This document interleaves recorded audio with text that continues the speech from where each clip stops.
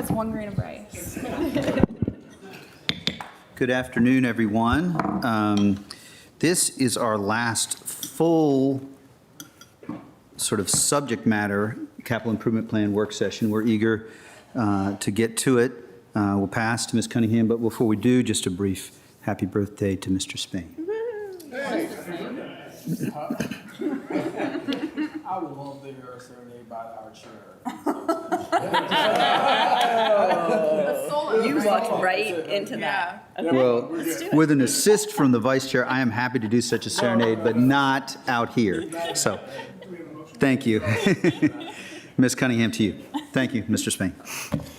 All right, great. Well, we have a busy day ahead, and we are going to try to abbreviate this just a little bit since we have some closed session items later on. So I think 3:30 is our drop dead, but maybe we could even aim for 3. So I will hand it right over to staff, and I think you have so much material here. We'd like to kind of do the first 2 sections, pause, and then we'll carry on. Yes, thank you, Ms. Cunningham. I'm going to turn it over to Adil, who's going to start us off, and we have a rotating cast of people who will be coming in and making presentations. So without further ado, over to you. Hi, Ms. Cunningham and the board members. My name is Adil Chauhan. I'm the DES Deputy Director for Facilities and Engineering. I have today with me Adam Kulawe with Facilities Management Bureau, and he's going to be taking us through the facilities management portion of the presentation. On my right here is Michael McCarn, who's going to be taking us through the facilities design and construction portion of the presentation. And then lastly, Stephen Burr, our Energy Program Manager, who's going to be taking us through the energy management portion of the presentation. With that, if we can get the presentation up and start off with the next slide. So as we developed our CIP, we were guided by these 3 key priorities in our decision making. In this constrained CIP, we are faced with the challenge of keeping our facilities operational so other departments can focus on delivering their missions to serve the Arlington County community. This involves increasing the investment in maintenance to help work off a large deferred maintenance list. In the meantime, facilities design and construction is focused on delivering facilities that continue to meet our user needs while right-sizing the building portfolio. Reducing our portfolio size is also part of our approach to addressing the large deferred maintenance list. While we're continuing to keep our buildings in good shape, we are also looking for cost-effective measures to advance the county's environmental goals. We are shifting to PPAs, which help advance the county's environmental goals while reducing upfront capital costs, as an example, and they also keep the maintenance budget down. We're all going to be talking about our multi-pronged approach to address these key priorities throughout our presentation, which involves increasing the investment in the maintenance, right-sizing our building portfolio, and making cost-effective investments in the environmental projects. Next slide. So Facilities and Engineering Division manages 90 county-owned facilities and 5 leased facilities. That represents a 3.9 million square feet of portfolio under our belt. We support a large variety of missions throughout the county, and some of these buildings, such as fire stations, network operations centers, and public safety functions are critical services that the government provides, and it is our mission to keep them operating 24/7. We also support libraries, parks, human services, and transit so they can continue delivering their services to the community. Our building portfolio is not only diverse in its functions, but it is also diverse in age.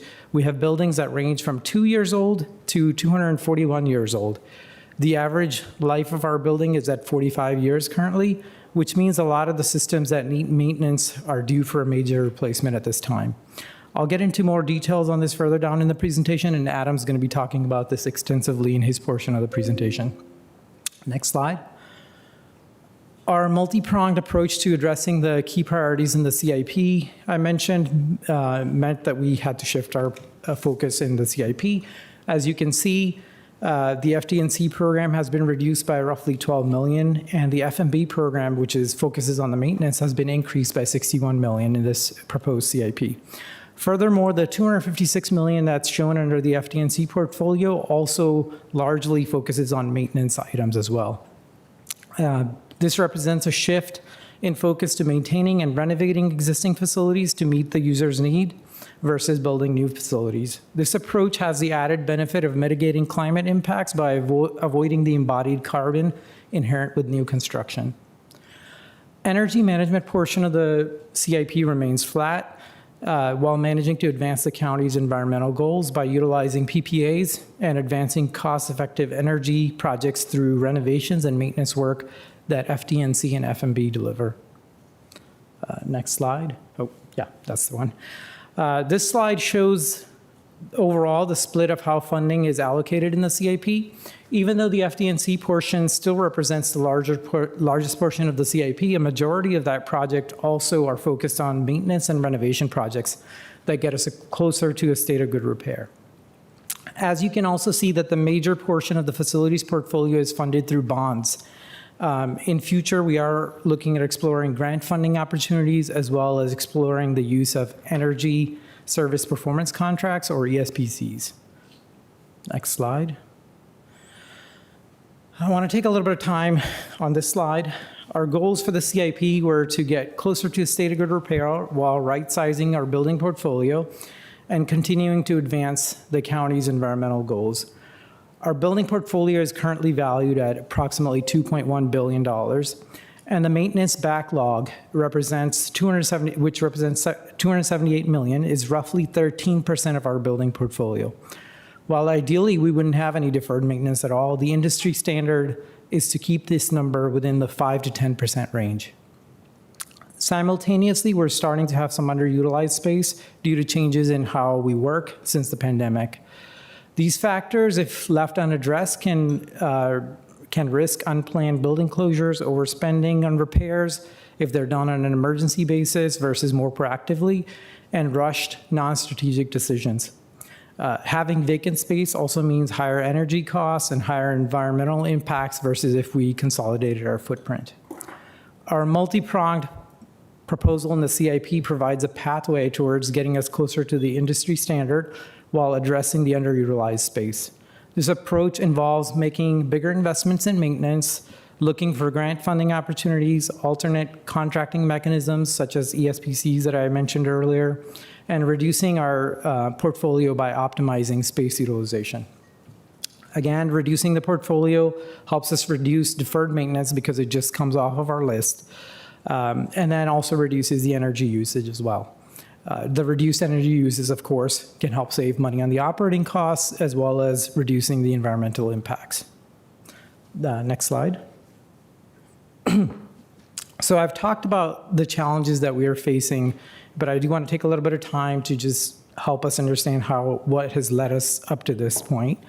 So as I mentioned earlier, changes in work pattern have led to some underutilized space, and Mike is going to talk about that in his portion of the presentation and how we're going to address that by consolidating our footprint. On the maintenance side, the average age of our building is 45 years.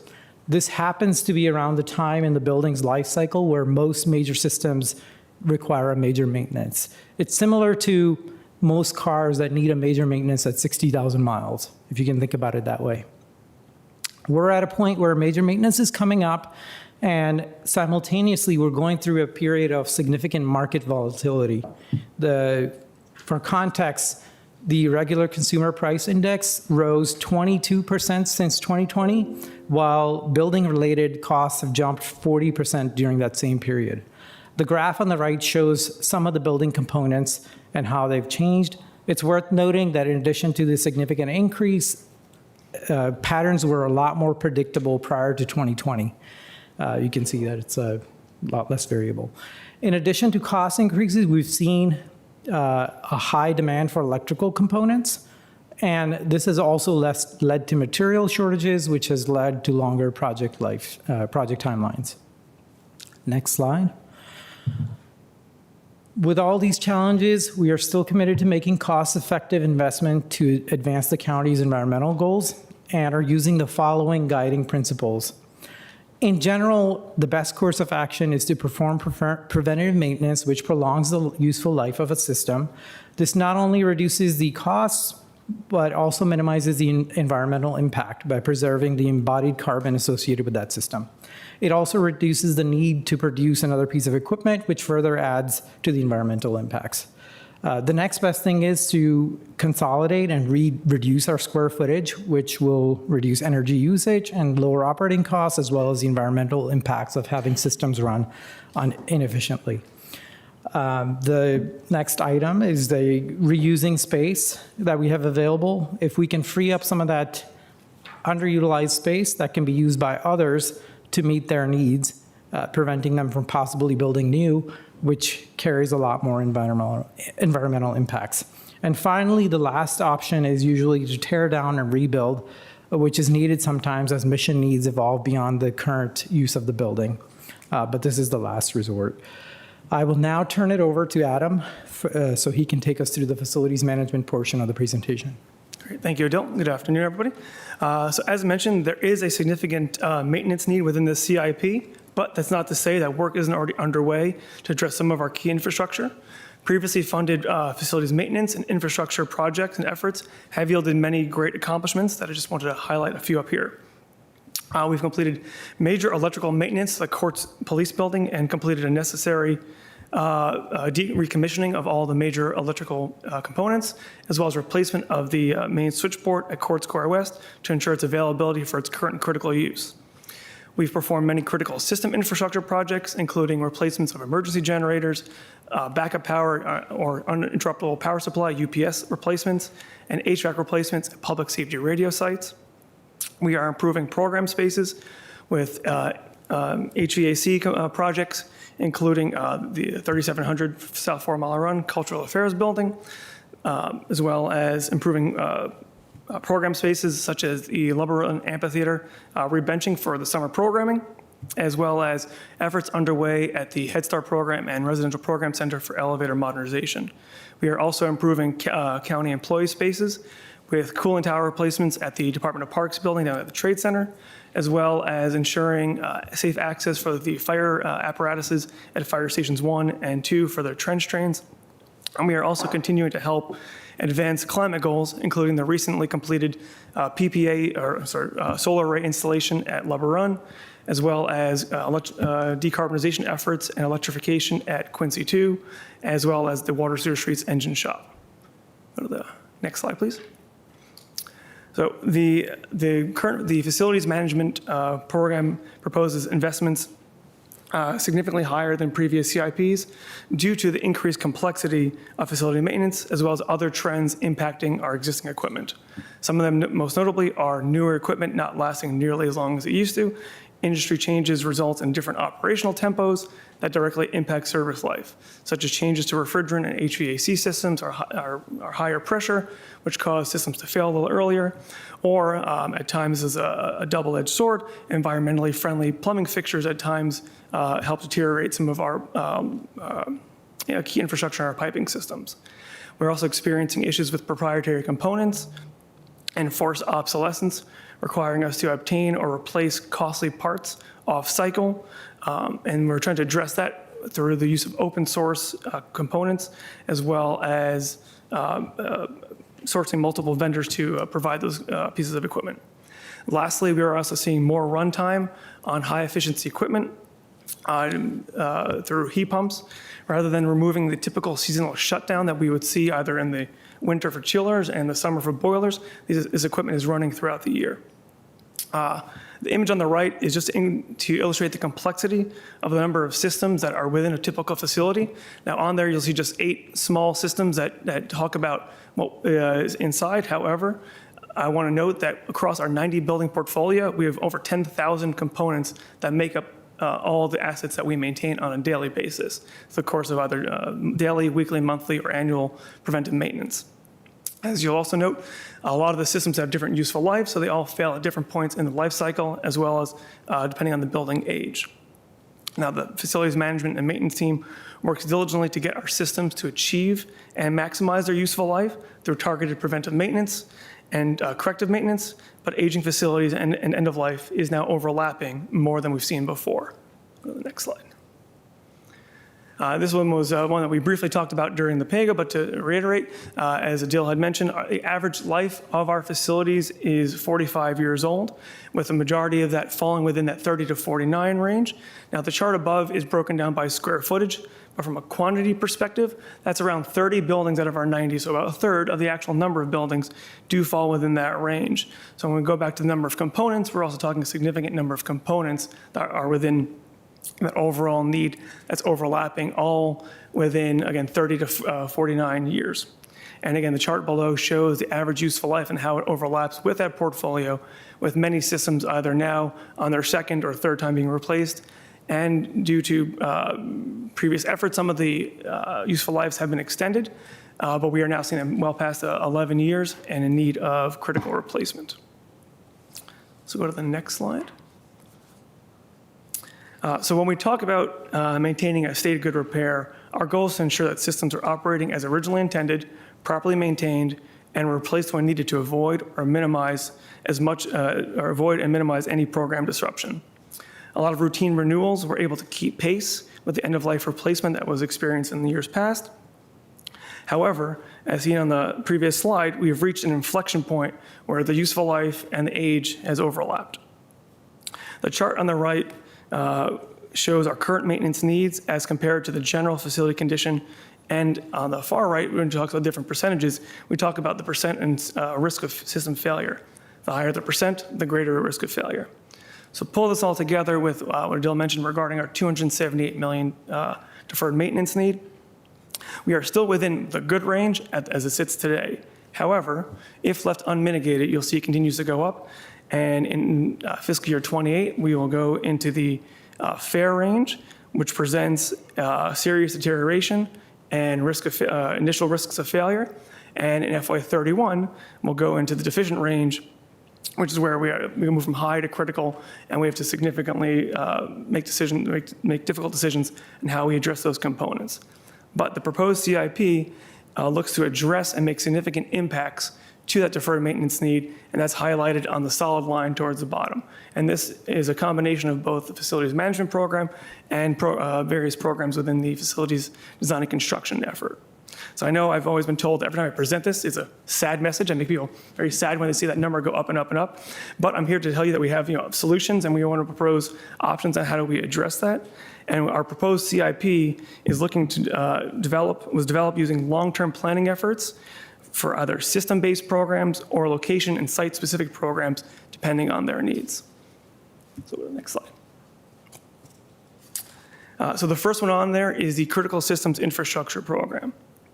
This program has been expanded to address systems that provide either safety of our users, such as fire alarm, as well as security improvements across the site.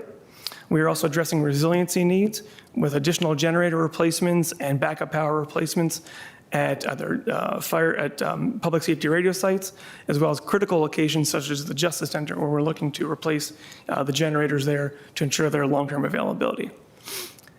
And over the course of the 10 years, again, that's a $48 million program that addresses multiple sites and for multiple systems. The facilities maintenance program is $67.5 million over the 10 years. And it's intended to be an all-encompassing program to address systems that fail at different intervals based on our current facility inventory and their asset condition. Some of those systems can include elevators or industrial doors that we don't have a significant number of them across the county, but when they do fail, we need to have the funds available to address those needs as they emerge. And some of those locations can include fire station bay doors to ensure they're able to respond to operations, as well as down the trade center to support county employees.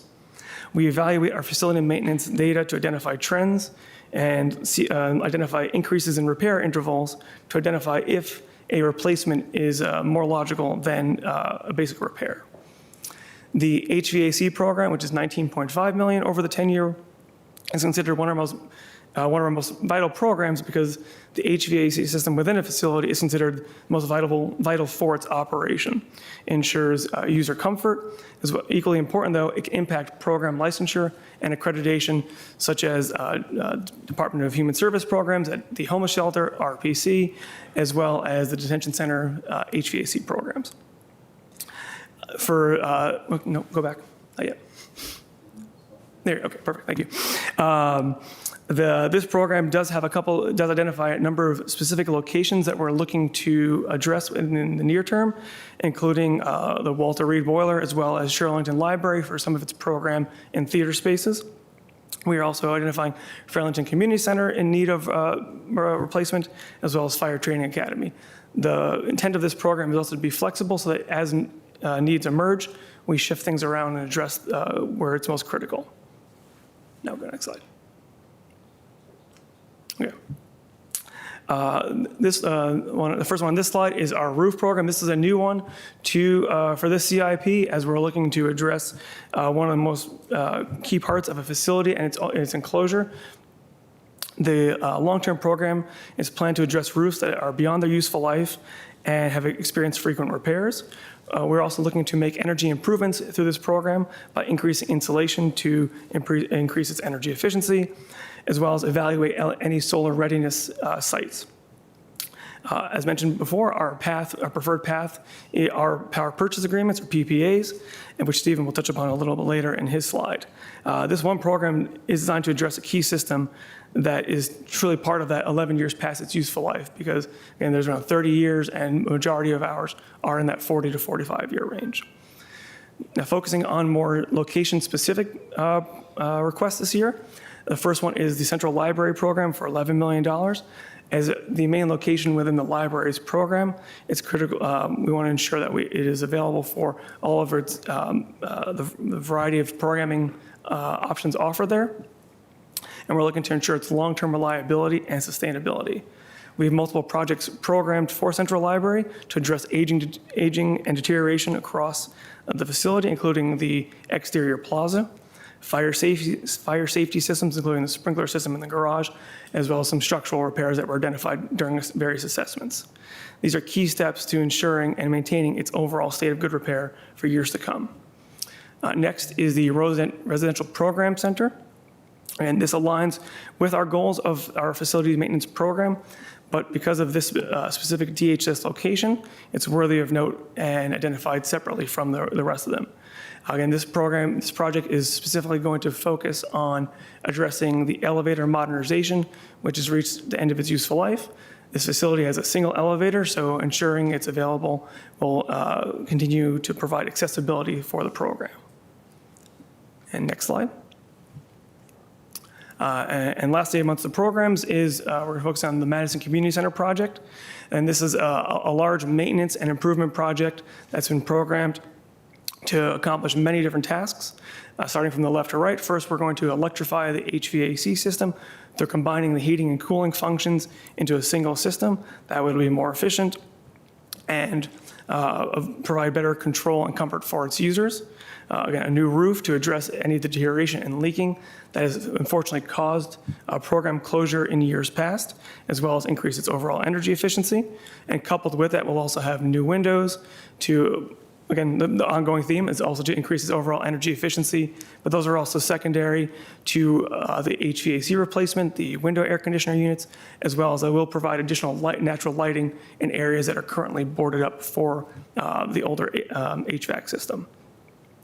We're also going to be replacing the ceiling and lighting system for, again, a brighter, more comfortable feel for their users, as well as to lower our energy consumption.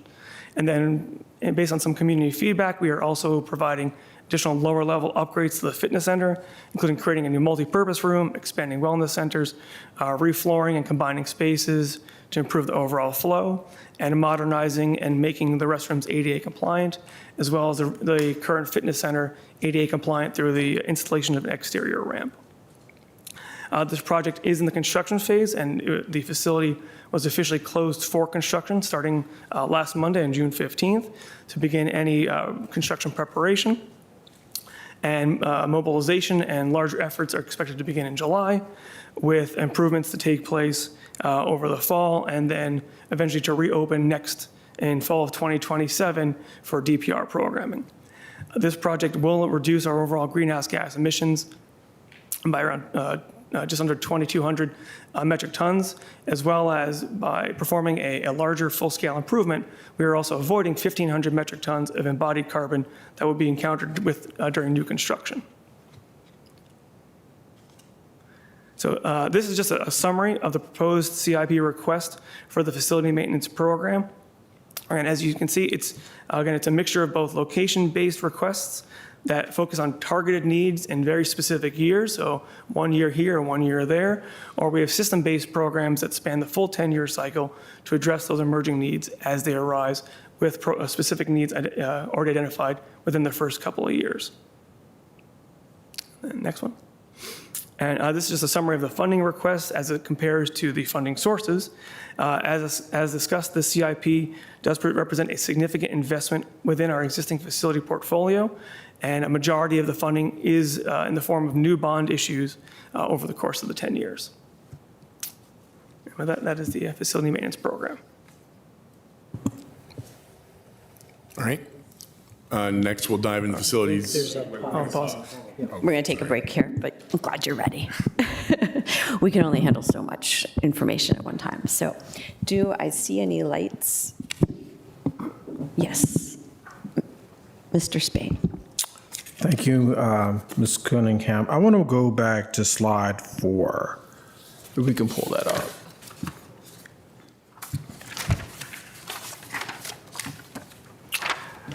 So specifically, when we think about facility design and construction, are we pulling it up? Here we go. We noticed that there's a $12 million reduction. And could we talk a little bit about what specific projects are we reducing, delaying, or removing from the facilities design? Maybe you kind of talked on a little bit, but I'm just curious to know, what are we passing on for the $12 million? But more importantly, as we move below that to facilities maintenance, there's a significant increase here to the 61. And I'll get to this, but I want to understand what facilities are really at the poorest conditions and how are you prioritizing, right? This initiative with a significant increase. So let's talk a little bit about the 12. What are we missing out on here? What are we taking away?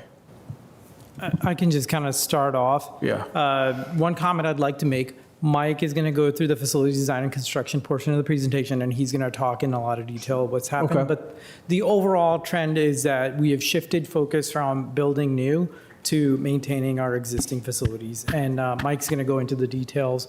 There were several projects that were pushed out 10 plus years, and he's going to briefly talk about those. Okay. On the maintenance side of things, we are making a more major investment, as Adam and I have talked about in our portion of the presentation.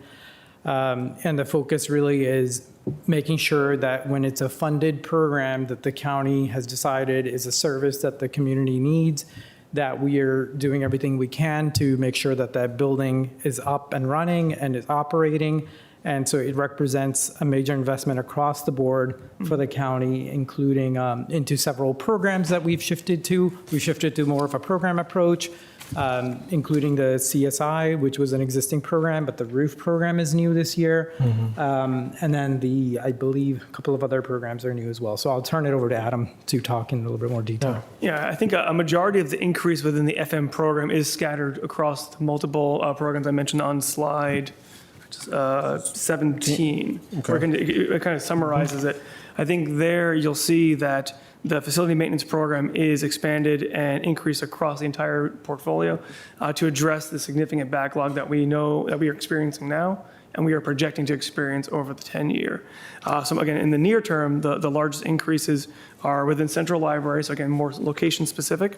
And then within the critical system infrastructure program, we're seeing a lot of focus on, again, that resiliency and continuity of operations at critical locations, be it the Justice Center, I think within FY27, it's specifically the detention center, as well as a lot of our public safety radio sites. We've been working hand in hand with our counterparts within the fire department, as well as the public safety communications and emergency management groups to prioritize where what's their greatest need to ensure their availability to respond to emergencies. Okay.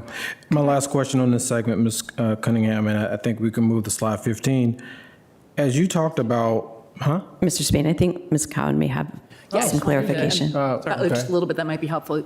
You may, when you get a minute, want to look at like C88, the page number in the CIP. It's kind of weird. C88? Yeah, well, Okay, I through don't- 90, because they do a really good job of listing for 27 and 28, the specific facilities and the rationale. So you will see, Okay. Arlington Library roof or HVAC, or, the specific assets that I've hit exactly what that says. So it'll give you a real sense of public facilities that are being prioritized near term, and why. The other thing I would add is that, and Adam just began to talk about this, during the last CIP, we had said we are going to do a full-blown evaluation of the detention facility. We're going to do a full-blown evaluation of Ballston Garage, those projects, those two alone. So you do the study, you get the engineering analysis, and now they're putting it in. And so that's part of and when you see that the condition, and I see the sheriff's office is here, they met collaboratively with the sheriff and, here's what we need to do to keep those elevators running. So it's like very often in CIPs, you do the plan, you do the study, and then 2 years later, you rack and stack again, Correct, yeah. if that makes sense. So I think, the timing of when we got those results fit well into this the CIP cycle. Great. And again, appreciate that, Ms. Cowan, and I'll move to the C28 at some point in time. I'll hold off. I know we have board members that want to ask questions, so thanks, Ms. Cunningham. Our chair. Thank you, Ms. Cunningham. So my question is, it could be for the manager, could be for all staff. It's long ago in 2022, we did some super detailed guidance on HVAC and alternative electrification of those systems. And I had a sliver of knowledge. I'm still working my way up the curve, but we sort of said that we would try to do an annual March report. And I would say, I have not been attuned to this on a monthly basis or every year. And I'm just sort of wondering, the default policy would be to use, and I think that it was aspirational language rather than as operational as we want to be, but electric heating, ventilation, and air conditioning systems. And now we're kind of, there's a number of projects, and I'm just wondering if that guidance it's totally fine if it's not been top of mind, but I do feel as though probably me and all of us on the board side could use greater understanding and education of when you can do electrical systems and when you can't. We just had a site plan where the building was tall enough that I took it as okay that we couldn't in that case. And I think C2E2, We're going We have a to backup slide. yeah. fulfill your desires by going to slide 51. You got the first backup slide. Yes. 5 minutes in.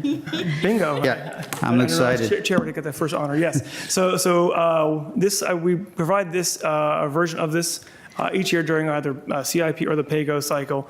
Yep. And these are the current efforts that were underway in various stages. And I think the short answer to your initial part of the question is, so we do make reasonable efforts as we are performing various HVAC replacements. There's a number of notes on the top of that slide, and we try to, that top one is probably the most critical. We're trying to find the right system for the right application. So a couple of the ones I previously mentioned regarding the 3700 South 4 Mile Run, that boiler electrification is currently underway as a pilot effort to electrify and decarbonize that site. Madison Community Center was a mixture of both, separate systems, one for cooling and gas boiler for heating, and then now that's going to be combined into an all-electric system. And similarly with the Water Sewer Streets Engine Shop, as well as Quincy 2. And then there are others where we look at the options and we evaluate the criticality of its system replacement, and we try to determine what is its operational impact, and how feasible is electrification, and we have to decide whether or not it's the right choice at this time. And some of those is where we make the decision that's counter to guidance and move forward with non-electric at the moment, but there are others where we look forward to. For the HVAC program within the overall facility maintenance program, some of those efforts will result in HVAC electrification, but the actual solution will be determined once we're in the full design phase for it. Great, thank you so much. This is sort of a gotcha. You guys got me on it. I'm sorry, this has been happening. This sort of is a gotcha backup slide. That's awesome. I do want to, and this will be the last, operationalize this. So when I look at Madison, the facilities above the roof make me think somehow that it's implausible to do solar on the top of that roof around those facilities. And I guess slide 4 has our dollar amount the same, $42 different on what we're doing, and we have, I believe, over $1 million in our climate energy plan.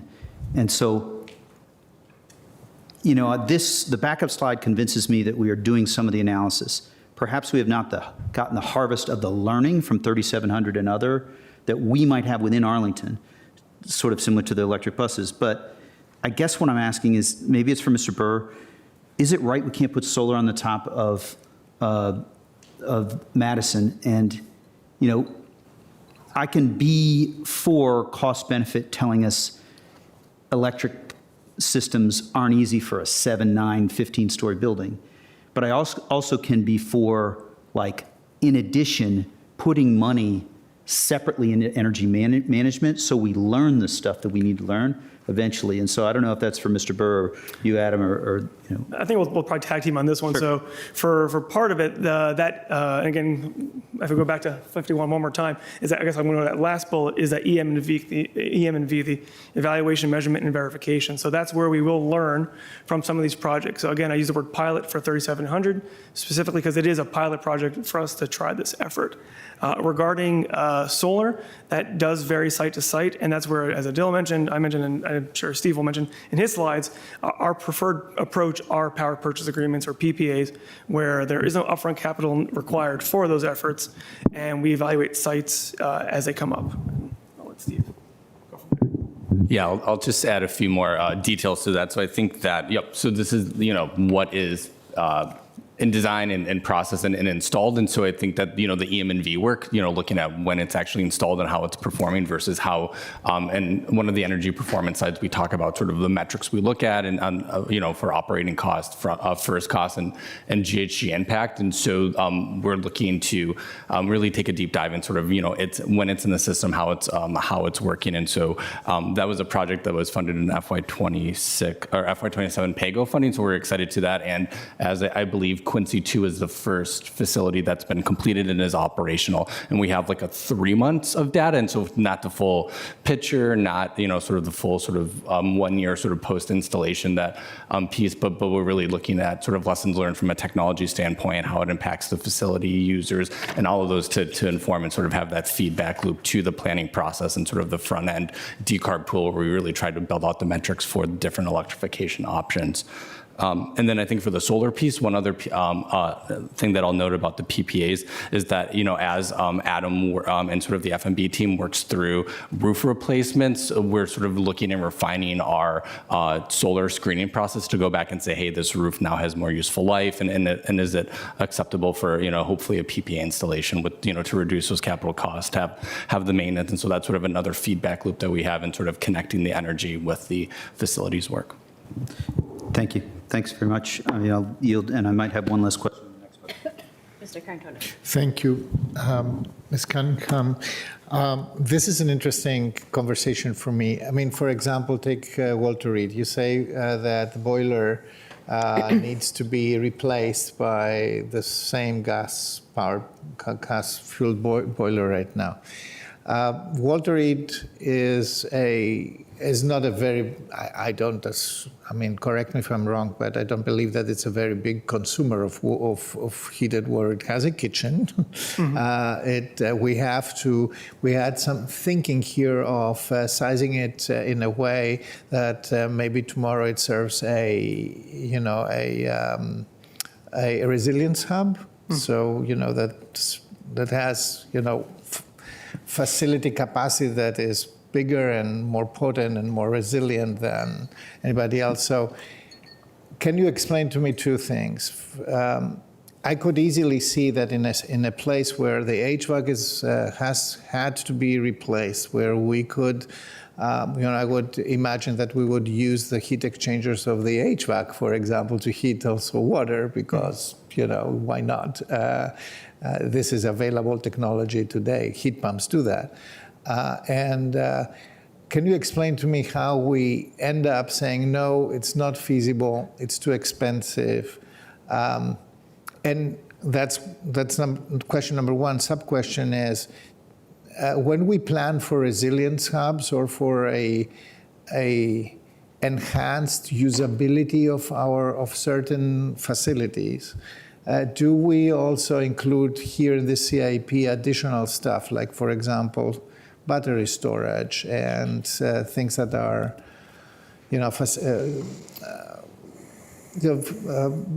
mechanicals that are needed for this enhanced usability? Backup slide? Yeah, I think you've 50 triggered another backup slide. Yep. So Oh my God. number It's 55. one to one. So, I think, before we go through, we have a couple of them that we can definitely tackle the greater first part of the question. So just to explain a little bit more about Walter Reed specifically and that system. So its boilers do more than just provide hot water for consumption. It also provides it for the actual heating as well. So when we are heating that much water, we want to ensure we have the right quantity available. And there are different technologies out there. And for the current configuration of the site, the current technology is not quite there yet. And I say that because things can change, and any approach to a different technology would likely require a significant reconfiguration of the entire facility. Now, we can go into this one. Just briefly, if I Yeah. could just make a comment on that. As far as the resilience hub goes, we were thinking that Lubber Run is the resilience hub and the Walter Reed we weren't thinking about it that way for Walter Reed. So I just wanted to make that comment before we kind of jump into this.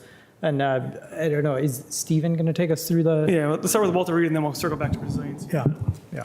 Yeah, I can sort of start and sort of walk through this slide. And so the graphic really just shows more of a process level and sort of all of the analysis that that we look at when electrifying facilities. And so I think I've mentioned the decarb tool pretty often about sort of the pre-planning, sort of looking at what types of we build energy models and what type of systems could support the electrified options. We sort of have this continuous feedback loop of GHG impact with different grid emission scenarios as well as cost, both from sort of a upfront capital cost and then an ongoing operational cost for utility savings or increases, and then the additional sort of feasibility considerations with facilities and sort of working through those elements, including things like the distribution system, building envelope upgrades, what's the age of other different pieces of building components that could potentially be something like a more of a bundled measure approach. And so these are some of the findings in particular for Walter Reed with the anticipated incremental first cost, operating cost, and then the potential GHG impacts from that. So this was just providing sort of the thought process that we did to identify those. And then we actually have two backup slides for this one. So this is a 2-for-1. And so this is really where we lay these, side by side with the upfront cost for the electric resistance boiler plus the high efficiency gas boiler, and we can see the different sort of difference in what the first cost would be, the utility cost over the 20-year life cycle of that, and then the total cost difference. We also did two different emission scenarios for what the grid could do. The first one is the VCA compliance, and so that's that is getting to the carbon-free grid by 2045, and the next one is a scenario that Dominion developed in their IRP, looking at high load growth on the grid, and you can see the just difference in sort of carbon content of the grid as what those would look like, and then the difference in range of the dollars per lifetime GHG, and so that's looking at how much of a lifetime greenhouse gas emission for each of the dollars. So you can see sort of the range that we have. For those, and so this is really sort of the side by side that we tried to do and sort of pull in some of those additional facility characteristics at a site by site level. Thank you. I will have to, digest the backup slides. For that, I would, appreciate if you could send them to me. There is one thing that I want to remark on that. There is also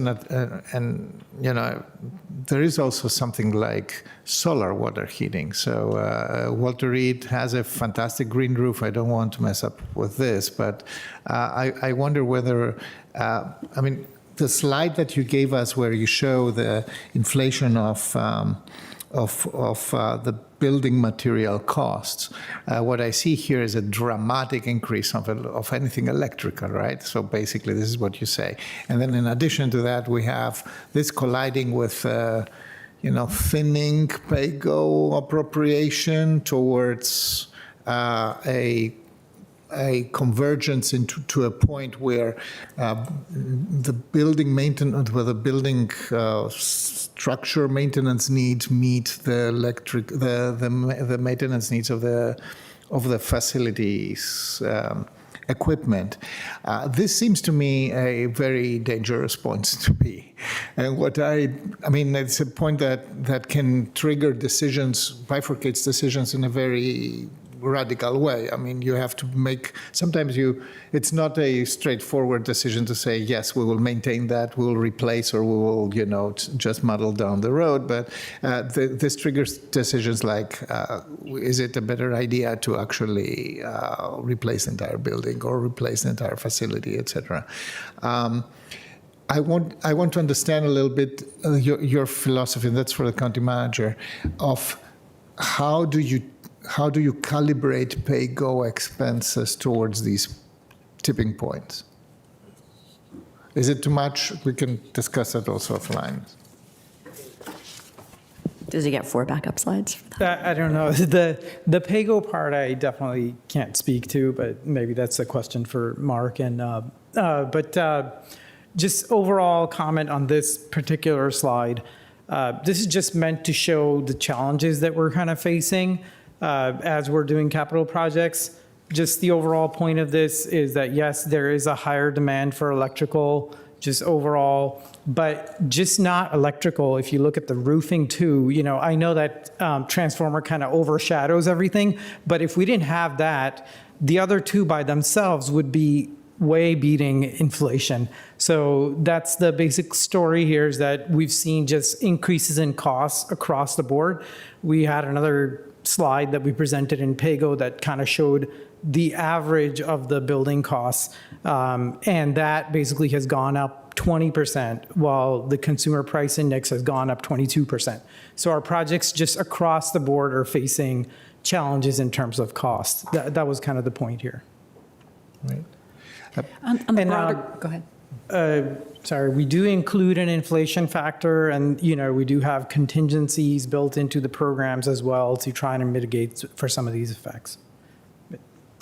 On the broader question of, all these systems are really expensive, and pay-go and the age of a building, I would say every time we're talking about during CIP and pay-go is, well, wouldn't it just be cheaper? Like, think about the Courts Police building, like just tear it down and start new. But I would also then say to you, we are a fully built out, right, environment. We have no swing space, especially for specialized facilities, right? There's no, I can't relocate the Courts Police building. I can't relocate the detention facility.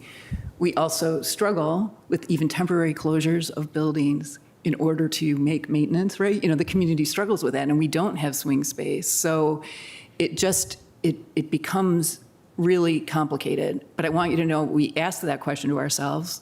Do we have other options? Can we close a part of the building? What can we do? Can we bundle things at the same time so we're avoiding disruption? I think it's a great conversation to have with you all about our willingness, and what the true options are that could be implemented, right?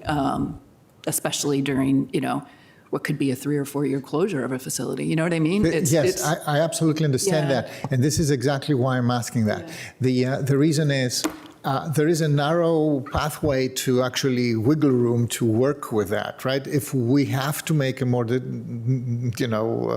radical decision here and say, oh, the central library, we need to replace that. What do we do in the interim? And number one, and number two, the other decision is to say, are we investing in a way that get us the maximum usability of and sometimes these decisions are not the cheapest ones, because you have to say, okay, I'm going to get what I'm paying for, but I'm going to be guided by maximum return here. I see that struggle in your slides. For the next 2 years, not so much, but after 29 or 30, it begins to be pretty critical, and I need to understand that. This year, we have reduced our contribution to PayGo for good reasons. But this, I just want to leave on the table that this cannot be a trend, and that's an additional stressor to our budgets further down. Thank you. And I'm done, Mr. Cunningham. Thank you for your indulgence. Sure. Great. I think I have a couple questions to close us out on, and then we'll shift on to the next section. I think the overall arching one and the headline here is the deferred maintenance. And I looked back at last CIP, and we didn't talk about deferred maintenance anywhere except for schools and the water systems. So I'm curious what changed to have us have a 60% increase in the spending on maintenance, and how confident are we that we don't have other surprises to that effect going forward? So I'll answer the second part. I mean, surprises happen, unforeseen conditions occur all the time. So I think that's where the long-term programs that we have developed are meant to address that. So there's flexibility there. So when a need arises, we can then pivot and tackle that need. For the overall increase and what has changed, a lot of it is that time. It's that inflection point I mentioned on the slide that talked about facility age and system age.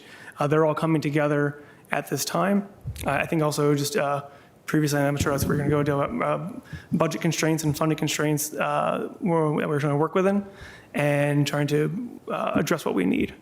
Yeah, if we go to slide 13, Allison, just that Adam is talking about. So I think we are still within that good range. Let me just kind of say that right off the bat. It's not like, if we put up the slide 13, so we're still within that 10 to 30% range, which is still good.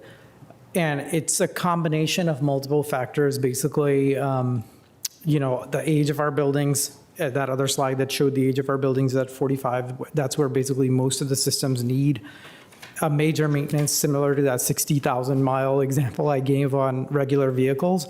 So that is happening. And then we're kind of at the same point experiencing all these increase in costs. So I think that those are some of the factors that are leading to this. Most organizations have deferred maintenance lists.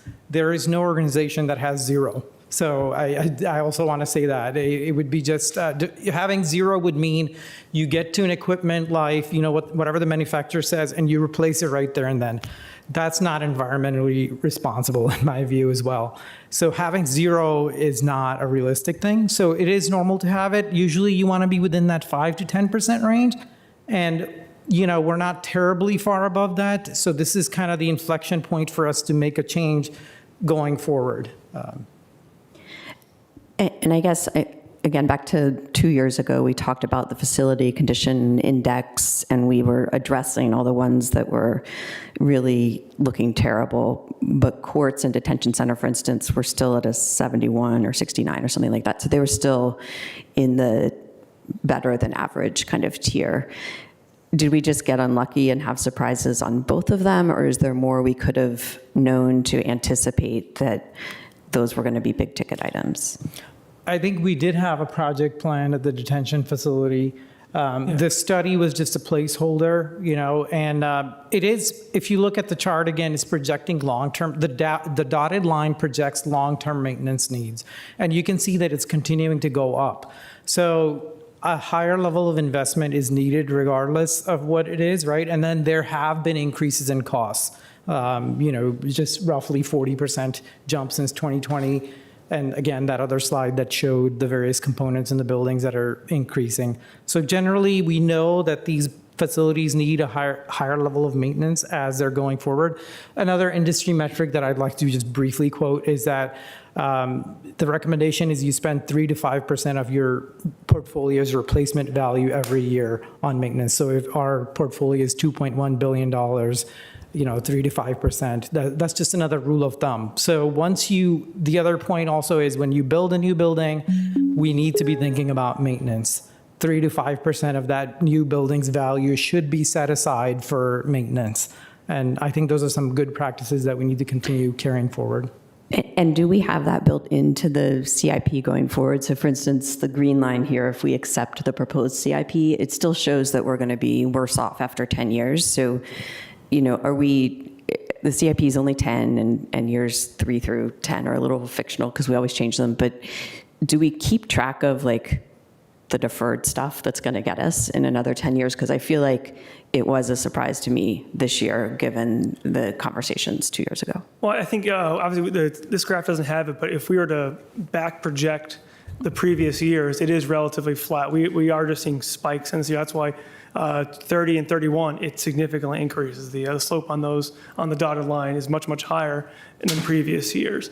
To answer the other part of your question, so we do have data, and through the renewed facility condition assessment that we'll hope to get in the next year or so, we'll be able to then refresh that data. But we do have that for all the way through 2046, I believe, actually. Since it's only 10-year CIP, we're only showing those first 10 years. Great. And I think this is a theme across the CIP in general, that having some number on the page that says things we think we know about beyond 10 years would be helpful, I think, to future boards and also to the community. Last thing on deferred maintenance, it mentioned that we have predictive analytics in place for our roofing program on, I think it's page 15. Mm-hmm. Are we using predictive analytics across all systems, or and do we do that internally, or do we have external partners? So for the first part, we do that across all systems. Roofs are the most simple of the ones because, as I mentioned, with the number of components per system, it's one. It's the roof. I'm not worried about multiple subcomponents in a layer. So that's why that one's specifically called out, because it's the easiest to trend between the age of its useful life as well as our maintenance data. But we do it across others, but it's more complicated because we're looking at, again, using HVAC for a system. There could be the cooling tower on the roof or the air handler. Very different components, different useful lives, different data. So it's we are doing it. And in terms of the question about third party, the FCA is accomplished through a third party consultant. So that's that one part of it. And the other half is in-house efforts using our robust work order management and asset management software. Great, thank you. Then last question's around space utilization. So the cheapest building to maintain is the one that you don't need. So I'm curious how you're feeling about our overall efforts, and particularly for Court Square West, what could we do to move faster in the decommissioning? So Mike is going to be talking about that in his portion of the presentation, but just a brief preview. We agree with you that consolidating space is the right move. And the best type of infrastructure is no infrastructure, because you don't have to maintain it. So if it's okay to wait until Mike's portion of the presentation? Yeah. We can. All right, going once, going twice. Mr. Spain? I highlighted this earlier, but you brought it up. I want to go back to slide 15 because maybe it just feels vague to me. Predictive analytics, yes, can be used, but concretely, when I think about $11.9 million, what does that look like in the 10 years? I mean, we're talking about renewable energy assessment, solar installation. What is that 11.9? I just need a hard line. What does that mean? What does that give us? So I'll have to... Not just assessments, I assume. It's actually physicals. Correct. So it's a number of direct roof replacements as well as improvements for solar readiness. So it is a combination of both. Do we have an idea over the next 10 years, or have identified what those roof replacements are using predictive analytics already? Like, we have an idea where this is going to be spent? Yes, for the first few years. And again, as I mentioned, the intent of these programs is to provide some of the flexibility, but the ones we've currently identified, I can... Okay, you can do it to me. Yeah, you give it to me I'll give it to you later. I'll give you a follow-up. But we have it, yes. Great, thanks. That's all I have. Yeah. Okay, I think we're ready for chapter 2. All right, wait for the slides to come up. Oh.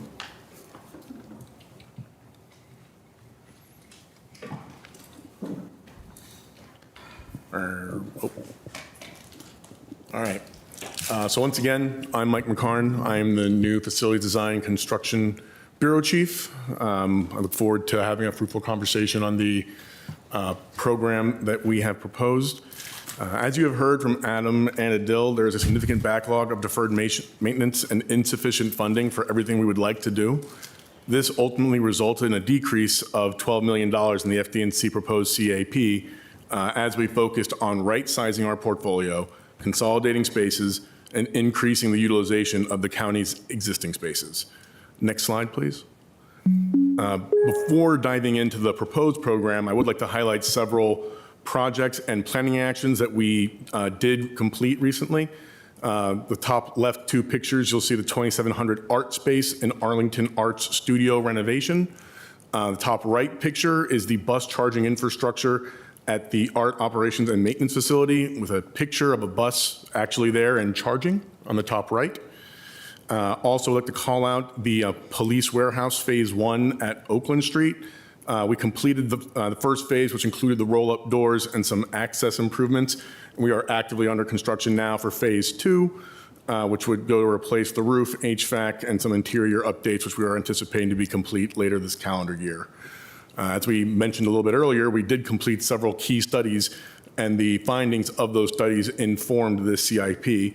In particular, the Ballston Garage Study, Bosman Government Center Utilization Study, and the Detention Center Feasibility Study, which informed this CIP. Next slide, please. Now, as we work to right-size our portfolio, there are 3 key challenges that we wanted to address. Those challenges being excess square footage, increased space efficiencies at multiple sites to include the trade center, and then, as you have heard many times, a large deferred maintenance backlog. Our strategy was to evaluate vacancies and relocate programs to other available facilities, and sites were selected for their available space, location, and other relevant characteristics. The areas we identified, you can see on the right. Top left, Court Square West is the one that we are looking, the most significant one we are looking to vacate. Our proposal is to do that across 7 years. We would do that in part by increasing the utilization of 2020 Courthouse Complex. We are continuing to optimize the utilization of our space in this building in Bosman as we look to continue to consolidate areas as we pursue hoteling in the county. Looking at opportunities for modernizing and building out Quincy 4 to allow for flexibility for more programs, and then looking at what the right sizing will be of the Trade Center and NOC when we ultimately go to relocate those. And, well, when the slide comes up, as mentioned earlier, from an environmental perspective, the benefit here is by utilizing these existing spaces, we're able to reduce our greenhouse gas emissions when you compare what that would look like if we were to actually build new construction. Now, as we look to right-size our portfolio, we have identified 7 buildings that we plan to decommission. And when we say we are going to decommission a building, what that means is the building will be taken out of service and maintained at the minimal cost/effort necessary to prevent any further deterioration while preserving the buildings for future use. Case in point, you can't just shut the HVAC off on a building and walk away, because if you do, the building will essentially destroy itself. You can see the building's cost for decommissioning on the slide for each respective building. We have also identified the value of the deferred maintenance savings for each building, but something we would like to note is that we would only be able to actually realize those savings if the buildings are ultimately taken off of the county's list of assets. If we were to recommission those buildings and put them back in place, we would still need to address those deferred maintenance items. Next slide, please. So moving on now, we will shift our focus to several key programs that will modernize existing county spaces and a continued effort to optimize our space utilization. The first program I will speak to is the Quincy Complex program with several key initiatives. The first being the construction at Quincy 1 to relocate fire logistics from old Fire Station 5. This project will significantly enhance the fire department's logistical operations by centralizing functions into a single county facility, improving efficiency and strengthening the department's ability to deliver services. The planned design and construction of a walkway along the border of the site and the adjacent community, as well as ongoing evaluation and additional mitigation measures, such as the construction of a wall. And then improvements to Quincy 4 to include the roof and HVAC. And for that HVAC system, we are exploring the utilization of geothermal at this site and looking at how we could possibly leverage tax credits that would credit up to 30% of the cost of the geothermal portion of the project. The next project we have here is the 2020 renovation. This ties back into our ability to get out of Court Square West. We are planning the expansion of the homeless center to the 4th and 5th floors, and then renovating floors 1, 6, and 7 to once again relocate tenants from Court Square West prior to the planned decommissioning in FY34. And the last thing here would be the office space utilization and systems, furniture, and facilities, finishes, furnishings, and equipment.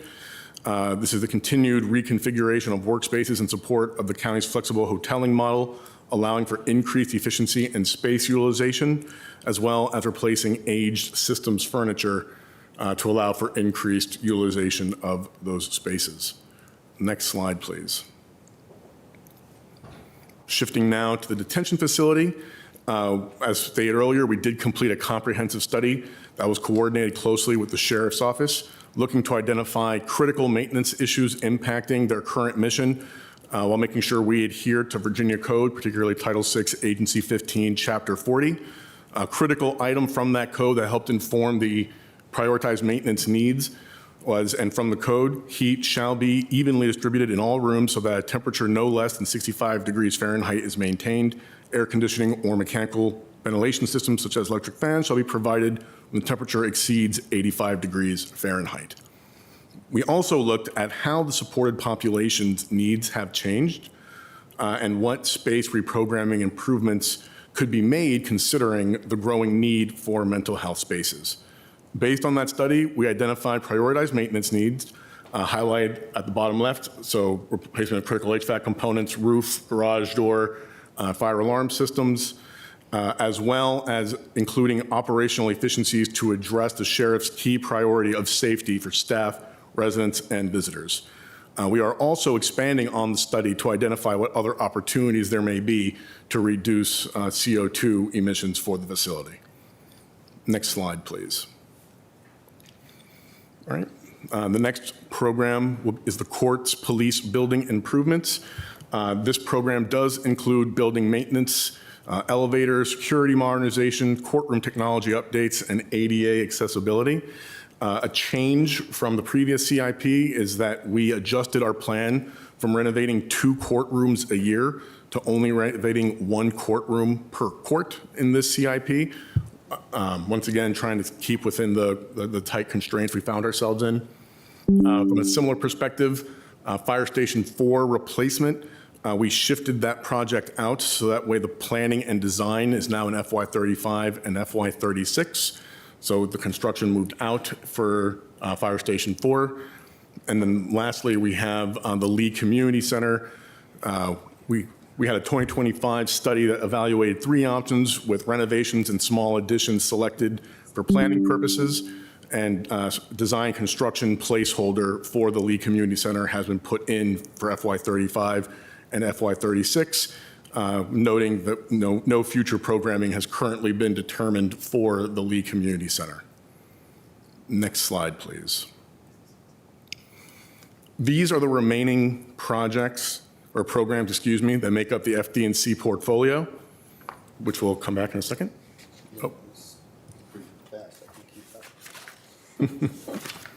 Several projects to highlight here. The AECC, the goal is to be co-located with WMATA and Alexandria. We are still identifying where we might be able to best centralize that function. As mentioned earlier, we did complete the Ballston Garage study, and so the findings from that study identified several critical structural items to include structural concrete, expansion joint repairs, including post-tension slab repairs, and other garage infrastructure needs, which are part of the CIP. We also have the Situational Awareness Intelligence Unit, Emergency Operations Center, and DIPSUM consolidation. That project is actually currently underway in construction on the 6th floor of this building, and we are anticipating a planned completion in calendar year 27. We have a placeholder for the Thomas Jefferson Community Center. This placeholder is funding that will coincide with the Arlington County Public Schools project to renovate the middle school.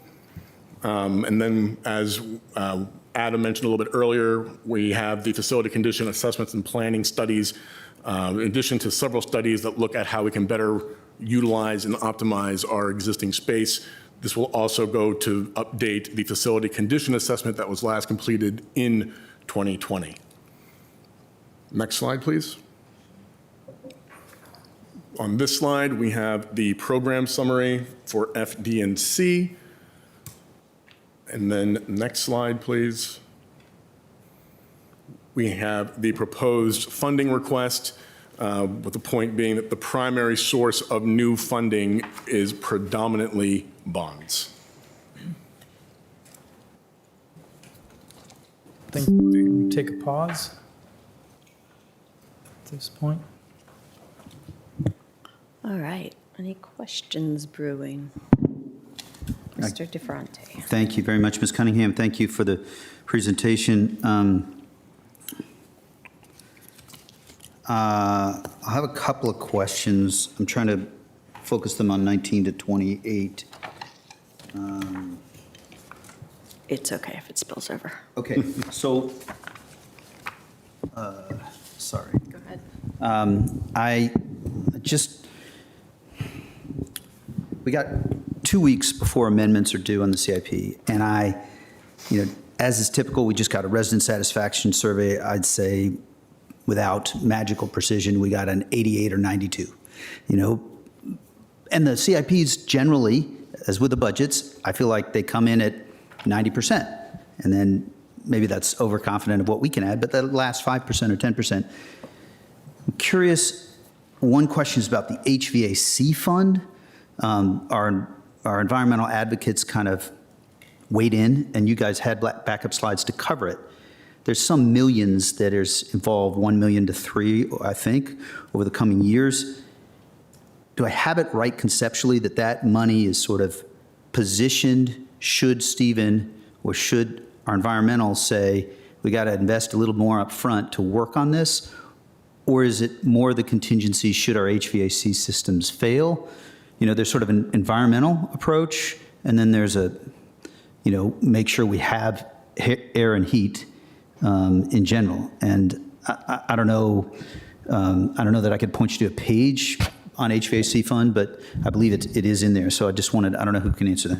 Can I just ask, are you asking about the Climate Action Fund or the HVAC? I believe that the HVAC fund is separate, and that's the question, not the Climate Action Fund. I think it's a good question, but maybe you can help. Yeah, I'm trying to formulate a response to that. So I think the overall intent is to address systems that require direct replacement, or they require replacement.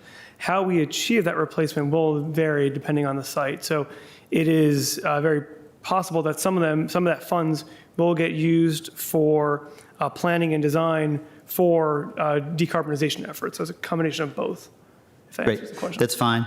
And I'll yield. I do have one more specific question, which is about the $3 million placeholder for TJ. Based on the new number that's come out, do we anticipate that there'd be any updated analysis or staff briefing that would address how much money we might put in under the circumstances, or no? No. I mean, not now, exactly. We've already been engaging with APS before their CIP, during their CIP, to understand what their plans are. And as is typical for these projects, I can guarantee you that between DES facilities, parks, and transportation, we will be meeting with APS on a regular basis. And CPHD, right? Because they will go through the BLP PFRC process, but we'll be doing deep dives on what their plans are, how it impacts community center, shared costs, And everything. One So- thing I wanted to emphasize on that, because it was called out specifically by the school board, is they set aside $11 million for geothermal. And I've already talked to the superintendent. That is most likely, though it's not certain, going to have to be done on our property. And when I said to the superintendent, our property means lots of different things, and there'll be a lot of people in the community paying attention to what our property is. So we're going to have conversations on that. So people shouldn't be thinking that we're not paying attention to that, because that's going to be something we'll have to work through. So We'll be back to you the next CIP, well, with you before. And the number will be Yeah. bigger. great. Updated sense of I'm just gonna costs, guess. program, all of that. I think we're going to need 6 to 9 months to kind of get to a, first sketch of a placeholder, an updated placeholder number. But I promise we'll be talking to you all through this. So that helps. That's really appreciated. I'll just close my sort of bucket of questions. I feel like I'm wishing for a sticky investment in sustainability and equity. We had Lubber Run and Resilience Center. We pulled back from that, I believe, wisely. And we should be cost efficient, but I just love to have one in each of those two areas that is sort of, like if some amount of money, less than $1 million, could unstick PP, public power purchasing agreements, which seem to this board member to have taken a long time, not anyone's fault, just to have taken a long time. It's that, and then I'll follow up in the RPC, but one sticky investment that's not going to break the bank in those two areas, because those seem to me to be our defining areas in addition to being fiscally sustainable. Thank you.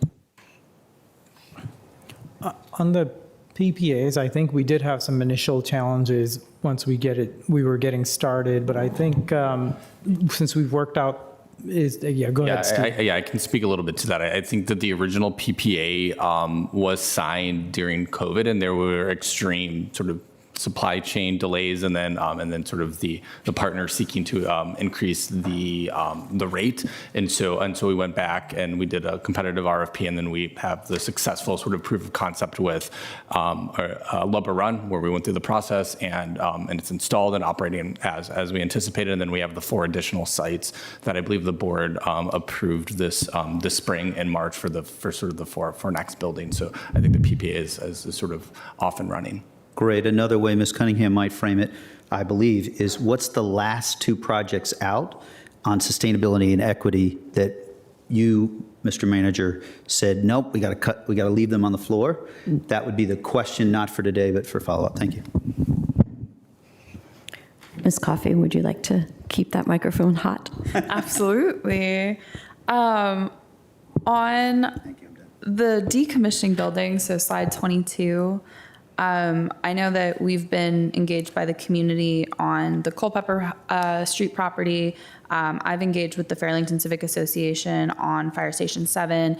I think there is a desire from community members to see movement on what is going on. And I wonder if there is anything we can say in terms of what they can expect from the process, especially I think there is a desire for their opinions to be heard as usual. And I just, since we have it on the slide, want to give us a chance to speak to what that looks like and what they can expect. So I think each of those sites is really unique in terms of size, zoning, topography, neighborhood context, everything. And so there's not one size fits all approach for any of those particular sites. We have done analysis over time on what potential could be there, what's really feasible, what's not feasible, or options to be discussed with you all in the community. I think there's also a threshold question of when you look at other options, is the county, as I think Mike started to mention, are you raising the quality of that facility to a different level before, considering a public-private partnership or another use? And we need to engage in all those conversations with you before we, go to the community and lock in on anything. So I think that is our intent, to walk through with you all what those look like, and then fully transparent with the community and get, once we sort of define the box of the 3 or 4 options for those sites than how we get their input and then how we execute on a future partnership or approach. But it would be site by site, I think is what we've been talking about. And I view that then as once we have that, then those conversations can factor into future CIPs. I am mindful that TJ is a placeholder, and that is going to come up, and so and it will be a higher number than that 3 million. So that's a little bit why we are, just try not to bite off more than we can chew, or lock you all in, or not meet expectations from the community about promises then that we may not be able to fully execute on in a time frame that we would all like. Do you know what I mean? It's really trying to be transparent about those constraints too. Yeah, no, I think that's great. And I think that's really helpful. And I think just one of the other questions that has kind of come in is, as some of those decisions are being made, what level of maintenance, what is occurring? How are the sites taken care of in the interim? If I could add on that, and I know Adil's had conversations, for example, on the Lease Center, we've had active conversations with the community, or I should say row 3 of the, about that. And on Clarendon House, there's been a bit of change because in the last CIP, we did not talk about Fire Station 4, but since we are now talking about Fire Station 4, when we get to that point, and I know there's questions about what will actually be on that site, we'll actually need either lay down space or place for an interim fire station. So before, when we had different designs on that, that space needs to stay pretty much as is between now and, when we're able to do it. And then see if there's anything else on the list there. I think we covered all Hudson Street is actually essentially a piece of Fire Station 4. That's the part that's closest to Hudson Street, where the fire marshal office used to be. It's an appendage there, and that actually is currently empty. And so there's some questions. We don't have people in there, but I don't know about the systems being connected to the fire station. I'll let other people talk about that, but just so everybody sees what's going on that list. I think to answer the question about when a building is vacated, we typically keep it, I don't like calling it a cold, dark shell because cold is not temperate. I call it temperate dark shell, that it is safe, it is maintained within our building maintenance code, and it is kept in a state that avoids any public health or hazards. So that's how we keep them, and we do routine checks on them to make sure there's nothing major going on there. And we catch things when they do happen and try to address them and perform minor repairs to ensure that they are still in a safe state. Great, thank you. And then I think that's it for this section for me. Okay, Mr. Spain. Thank you, Ms. Cunningham. So I think I'm going to have like 3 questions, kind of roll them all together. And someone's going to have to point me in the right direction. On slide 21, which may not be the correct one, but I see that our director, Greg Emanuel's here, and the county manager. Can you orientate me to, I know there's a building down at Trades, and I need some help, that we're thinking about or have considered building, or, I can't place it. Greg, you may know it, the county manager. And I'm trying to understand, and public may not even be aware, but how does that fit into this CIP? We talked about it offline before. It's a building. Can somebody? Yeah. You probably know exactly what I'm talking about. I'm going to turn. Yeah. I'm gonna Is throw that somewhere here in the CIP? Yes, it is. So Can you direct me to that? sure. So we have not a placeholder, I should say, but What's the name of that building? the exact name of the building, I am not. The Trade Center building, I know what you're talking about with the water sewer street staff that were in the trailer. Yeah, go ahead, Mike. So we do have the trailer in place as we're looking at the space utilization across the portfolio. In conjunction with some other initiatives that we have, we are going to, as part of that, identify where we might be able to, within the CIP, relocate them. Right. So we do have funding into the CIP now for that potential relocation once we've identified the best utilization of the spaces that we have in conjunction with some of the other programs and studies that we're currently working on. Yeah. Well, but do we have some designs on the potential construct of a building that could be put in that space? I think I'd like to, so we just went ahead and replaced the trailer. That, Gotcha. we view that as a interim solution. And I think keeping with the theme of our presentation, we'd like to avoid building new and like to utilize our existing building portfolio. I think we're going to be looking at that very closely, and we think we have space within our existing portfolio that's a more proper space and will be a proper space for people. So, yep. News to me. I would like to talk sidebar about that particular area. You said avoid building new, but I know we have put money towards planning on that particular area. So if that just seems like it's a change. Let's move to number 24. And I know we have our sheriffs here. To me, we're spending $43.5 million comprehensive programming. And I guess for me, it's more about, I would love to hear how this, let me put some context on it. We're putting a lot of money in the detention facility. We're putting a lot of money in the courts and police buildings, almost $100 million. Now I'm going to juxtapose that against programming for people and what they need. So as we think about HVAC systems, roofs, garage doors, we also have here that the sheriff priorities are safety for staff, residents, visitors, reprogramming options to address operation expanding mental health needs. Can I hear a little bit more about what that really means as it relates to the CIP? Yeah, I think I can expand on that a little bit. Sure, thank you. Or are you Yeah, go ahead. not Go sure? ahead. Okay.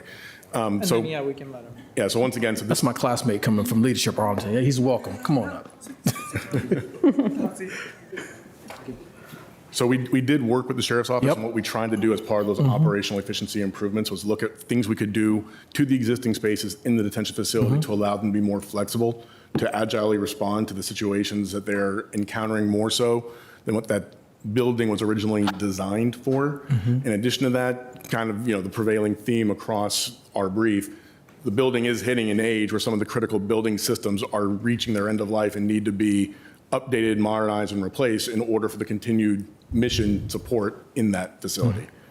Great. Can you talk a little bit, Deputy, about what those expanding medical health needs may look like? I know we're CIP, I know we're talking facilities, structure, but one thing on my mind is I'm very conscientious about building a police state in the sense of detention and all these things, but at the same time squaring that against the actual necessities that we need for humans and folks in the facility. So how is what we're doing here really going to help with that area of expanding mental health?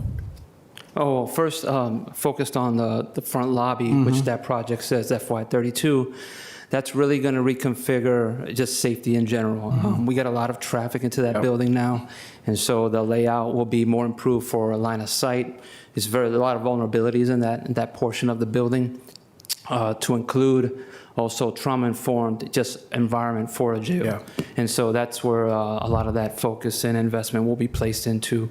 Obviously, we know the population and the majority of the population do suffer from mental health, mental illness, and that will be focused on just kind of rearranging and making things more efficient operationally for us. Okay. But that specific front lobby, a lot of it will be just focused on securing the initial entry of the detention facility. Thank you very much. Appreciate that. Anything else you want to add on that? We're good. Thank you. And lastly, I think the county manager kind of on slide 25, and it would be almost uncivilized if I didn't bring this up as liaison to Langston Boulevard Alliance and our good friend. So we have noted that it's going to be about 8 years down the road, basically, before any future programming.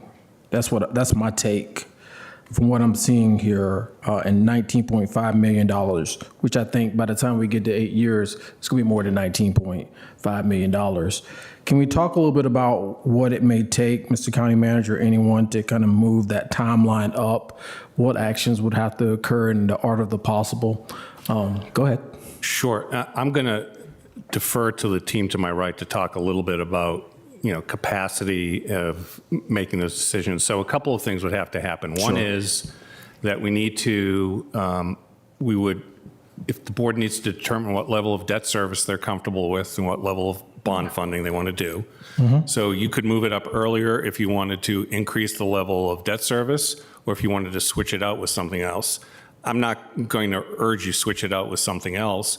In addition, we have never, and I think it's premature at this point, received a charge from the board about what it is you want to have happen to the site. Okay. And I've talked with Ms. Hemsroth about that and other people, which is that when we did the analysis that looked at the various potential configurations of the community center, there was some discussion, but no decision made at all about what other kinds of things might come to that site too. So we would need some clarity on that. And I'm going to let, as far as capacity for doing the work, I'm going to defer to anybody down here. Adil, you want to start? Yeah, I think if we were asked, we could move things around, but I don't really have a whole lot to add, Mark, there. Yeah, and I think running Okay. a process, guidance would take a little bit of time on RFIs or things like that. So we'd want to make sure that's really clear, transparent after we get guidance from you. And then on that operating cost impact, it's not just debt service. So when you're thinking about, those trade-offs. So between debt service, trade-offs, guidance from the board, that's what you need. Yeah, and the last point, again, which was that when Gene cuts the ribbon on the building, there'll be programs inside, which right now there aren't. So those will be operational costs that you have to figure in. Yeah, so, I think you've heard these concerns, not only from the Langston Boulevard Alliance, but many stakeholders in and around that region. I appreciate that context and background. Thank you, Ms. Cunningham. Back over to you. Okay, Mr. Carantonis.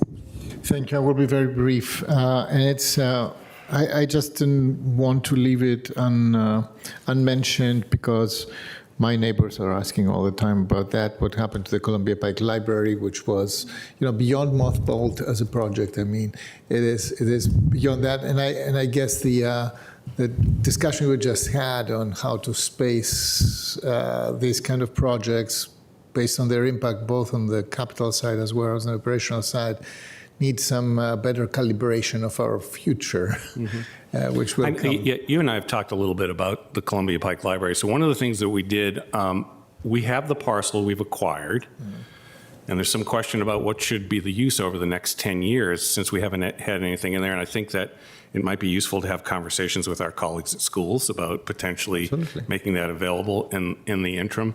We did move up the Penrose project to make sure that we were continuing to show care and attention to the Pike. The other thing is that the Columbia Pike Library that we currently have is not in a state of deterioration. So we felt like it had a refresh probably 5 years ago, I think was approximately 5 or 6 years ago, and that we got clarity from the schools that they weren't going to need that space. So we felt like that was something that we could push out. I want to be clear that if we do this page, which I think has been suggested, what's beyond the 10 years? I mean, the Columbia Pike Library is still on our list of things to do. And again, getting guidance from you all as to what would be included with that would be important. Thank you, Mr. Manager. I'm also very interested to see whether, with the efficient use of this lot that we have, that we are now providing ancillary parking for during the construction time of the Grace Hopper Center. After the completion of the center, there is an opportunity to use that lot still for the parking needs of the facility, and maybe that was swirling in my mind to economize on an additional capital cost for APS. It's of course up to APS to decide, but we could just make the offer so that they don't have to build immediately the structural parking that they want to build, and use that money maybe to promote or to accelerate or to pay for the next CIP projects that they have on the table right now, whether it is the EMPSA or TJ that's coming up. Great, thank you all. I will pick up a couple of those themes. I think in the question of the libraries and our recreation centers and really third spaces in general, we've heard a lot from the Langston Boulevard community, from Columbia Pike community, and from Crystal City National Landing community. And I'm looking back at last year's CIP guidance. It was pretty specific about we need to focus on long-range planning for libraries, recreation centers, and those uses, in addition to trades. And so where do I find that in this CIP? How do we pull something forward so that we are not just doing police courts and detention center, but really investing in the resources that keep us all from needing all of those as often?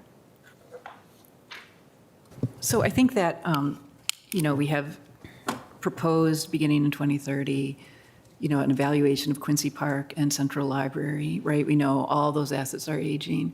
And I think that is one component of it.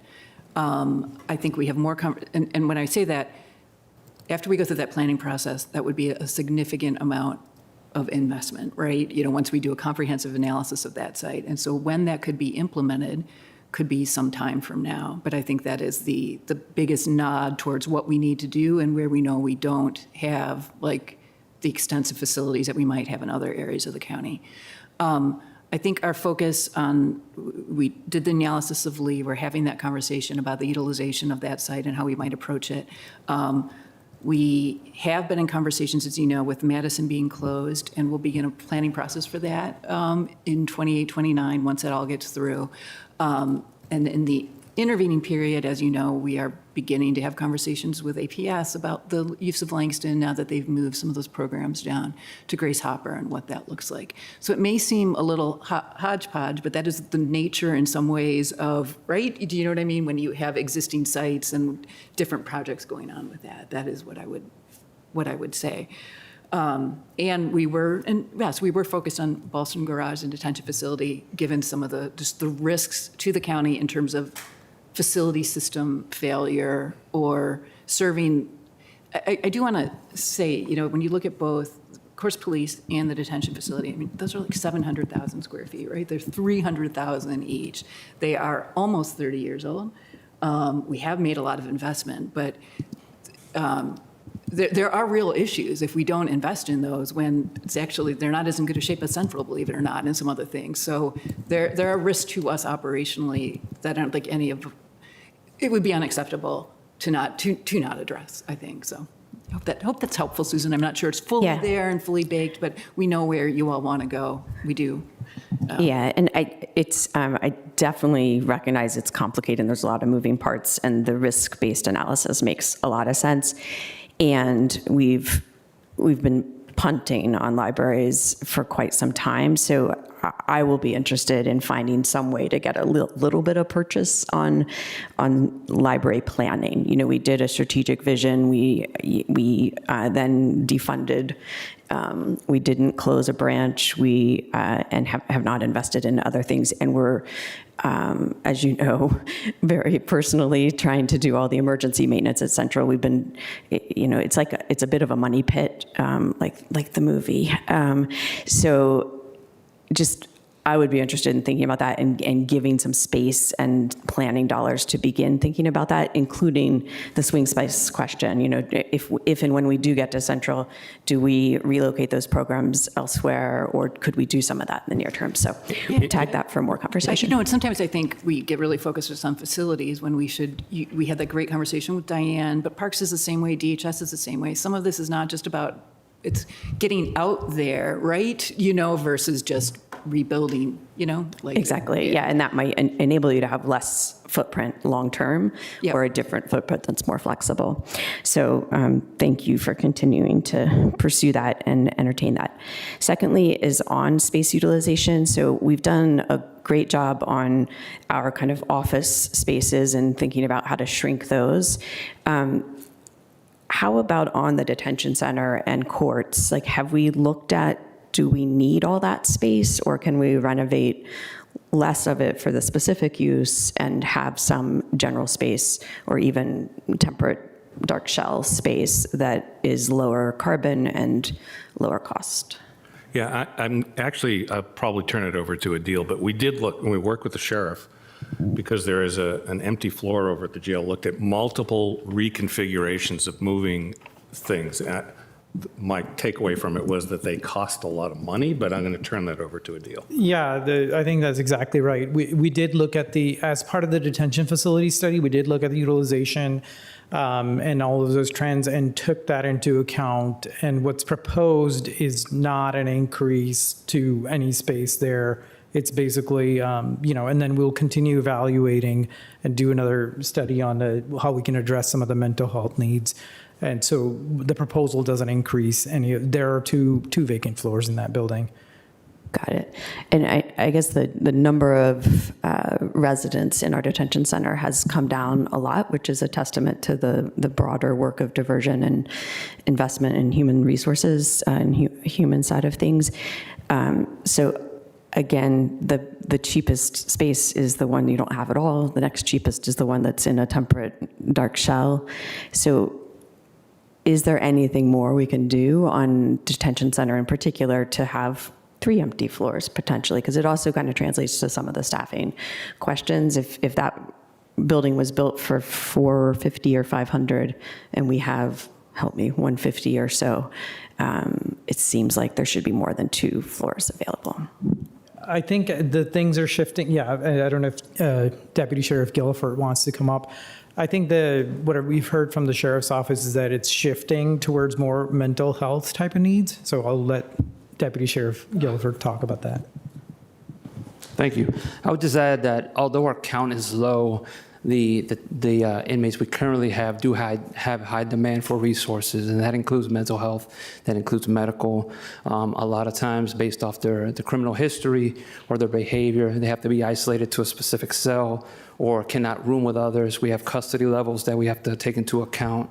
That way, we can't have, we basically have to classify them a specific way to ensure their safety. And that just has to do with, classification, housing, and that's always complex. So even though our count is lower, the resources that it takes to secure, manage is still significant. And so from a space utilization perspective, it sounds like the biggest change is needing more single occupancy spaces rather than shared. That would be significant.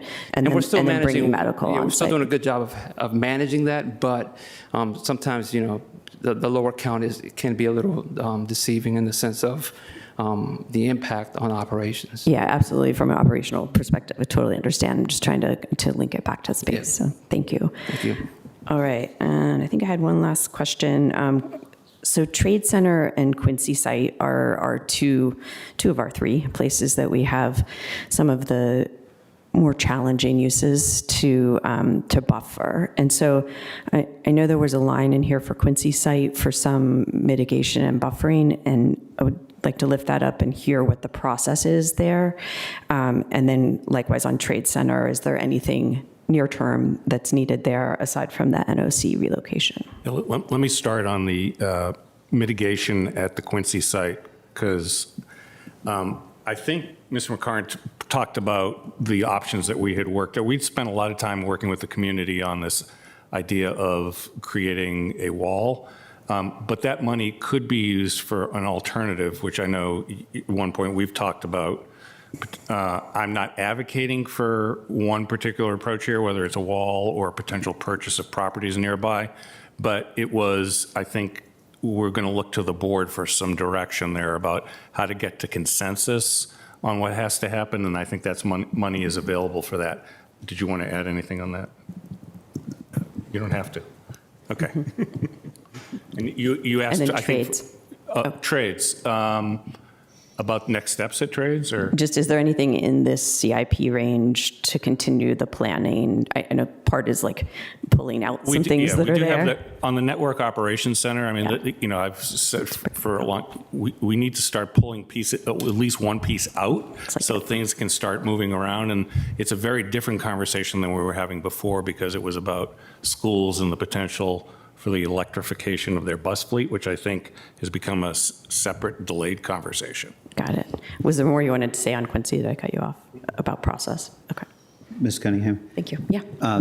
I just wanted to flag that it seems to me right. I really appreciate your questions on the detention facility.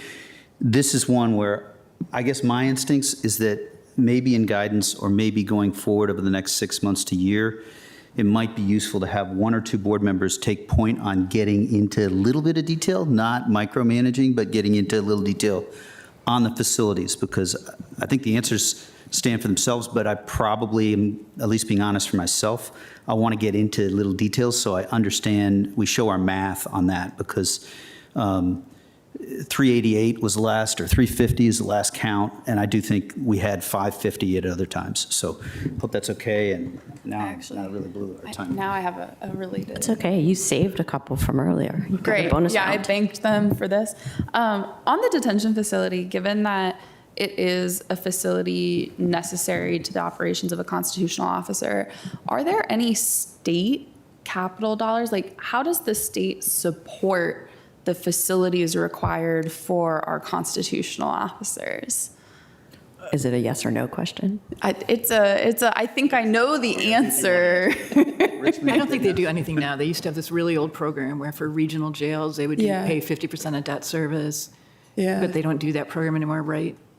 Well, they don't. I mean, I don't think there is. We used to, in Newmanson Creek, we used to actually we paid some money there towards capacity. I think the short answer is they don't. I don't want to say they do nothing, because that may not prove to be accurate, but they do not provide any capital dollars to offset Arlington County's costs for construction or maintenance of the county jail. Yeah, I did notice in slide 28 that the federal funding and state funding numbers are zero. Yeah. So, There is an opportunity for us to apply for grant funding with Okay. the state, but it's not guaranteed. Yeah. And as we kind of continue to develop some of those projects, we will try and take advantage of that as much as possible, but it's not guaranteed. yeah, absolutely. No, I think that makes sense. I just think about as we kind of evolve our vision of community justice and everything. And I think we want to be the leaders that the Commonwealth would like us to be. Just things to think about. And if I could mention one other thing, and I think that, I'm going to give you all an assignment to talk to your colleagues in Alexandria who are also going through this similar conversation. And I'm not advocating for anything. I'm just saying that the way the Code of Virginia is written, they do specifically talk about regional jail facilities as a state responsibility. And so I think that when we talk to them about an Arlington County facility, sometimes I think they view that as, oh, well, that's not anything we have to worry about, so. That was always the problem. The difference between ours and Alexandria's jail is absurd. Ms. Cunningham? Yes, May Mr. I- Spain. May I dovetail on the Bonus Vice Chair's round. question? Just to get some level of, so you mentioned that there may be or has been opportunity for us to apply for some grants. I'll be very curious as well. Can we find out what those grants are that we can apply for? Can you get that? Probably not, but I would definitely. Has this been some long-standing process that we've attempted to apply for, or? Yeah, the consultant identified a particular grant with reference to the detention facility. Go ahead. Yeah, so this gets back into the grant to potentially offset the cost of alternative carbon saving measures. So we mentioned the Quincy, so it'd be the geothermal. Right. So there would be an opportunity, depending on what additional carbon saving measures we can identify for the detention facility, that we would be able to possibly get a tax credit. So we would actually pay up front and get a credit Got back it. via grant. Gotcha. Okay, thanks. All right. Any last questions? I have One more. only one thing, and it's not just a remark. I want to We really have 2 thank- minutes to stay on schedule, Oh, so no, you can do no, it. No, not 2 seconds. I want to really express gratitude for the amazing work done down at the arts facility. The first slide that you had, and something that most people don't see, but had the opportunity to visit, which is the new Arlington Arts Studio, the renovation down at 37 Fort Mill Run. This is an amazing upgrade of the facility, and you should know that it is really very much appreciated by everybody who ever was involved with these facilities when they were up in Langston before. We had a lot of questions and doubts about these, and I find myself, very satisfied about the result. Thank you very much. Okay, on to energy. All right. Well, thank you, board members. I'm Steve Burr. I'm on the county's air team. And so we can pick up on slide 30. Next slide. And so this slide is an overview of the energy management section, and the associated programs are on the graphic. These show the variety of energy management programs and how they relate to county facilities, including energy performance within the county buildings, energy resilience planning to ensure operations of facilities and community needs are met during times of disruption, renewable energy installations through the solar panels on the roof, and EV chargers for both county fleet and community to support electric vehicle adoptions. All of these programs work together to support CEP goals and carbon roadmap strategies. They also directly impact the county operations greenhouse gas inventory, provide community-wide greenhouse gas benefits through the public charging program, and seek to provide resiliency hubs for the community in the future. These programs are interrelated to each other, as well as the other facility upgrades and maintenance projects that have been discussed by my colleagues. On the next slide is this slide shows the county's operations greenhouse gas inventory for calendar year 2023, which is the most recent, and county operations make up 3% of the countywide emissions on a location basis, and roughly 2% if the Maplewood virtual power purchase agreement is included. The bar chart also shows all of the sources that contribute to the county operations emissions. This slide provides a variety of high-level overview and context variables and dynamics that are currently in the energy sector. The impacts of these areas are analyzed and inform energy and carbon reduction projects and include energy cost. We're seeing both changes for electricity and natural gas. Both energy sources have recently shifted, particularly in the next 2 fiscal years, as well as long-term forecast, and also noting historic cost volatility. The carbon intensity of the electricity grid is also another external factor. Dominion and the regional grid operator PJM continue to be dynamic in their load forecasting. The Virginia Clean Economy Act does mandate carbon reductions for Dominion, but there's also rapid load growth that's really adding pressure to the grid from data center developments that are seeking to add just any generation source, including fossil fuel generations. In addition, policies and regulatory aspects also impact CIP projects. Factors such as the State Corporation Commission rulings for utility regulation, Dominion utility programs, including the VEPCA contract, can either provide opportunities or constraints for energy projects. An example of this is Dominion's future and still under design virtual power plant, or VPP program. Depending on how the program is designed and then accessible to VEPCA members, it could either enable future participation in the VPP program to really have a distributed resources for solar, battery, vehicle-to-grid resources, and other technologies in a future decentralized grid, or it could create barriers for meaningful participation.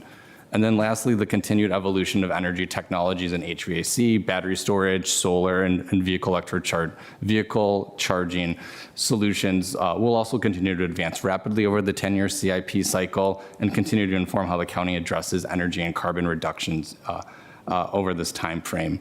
While these technologies evolve and unlock new future opportunities, we will continue to assess how these technologies can enhance part of the existing building retrofits.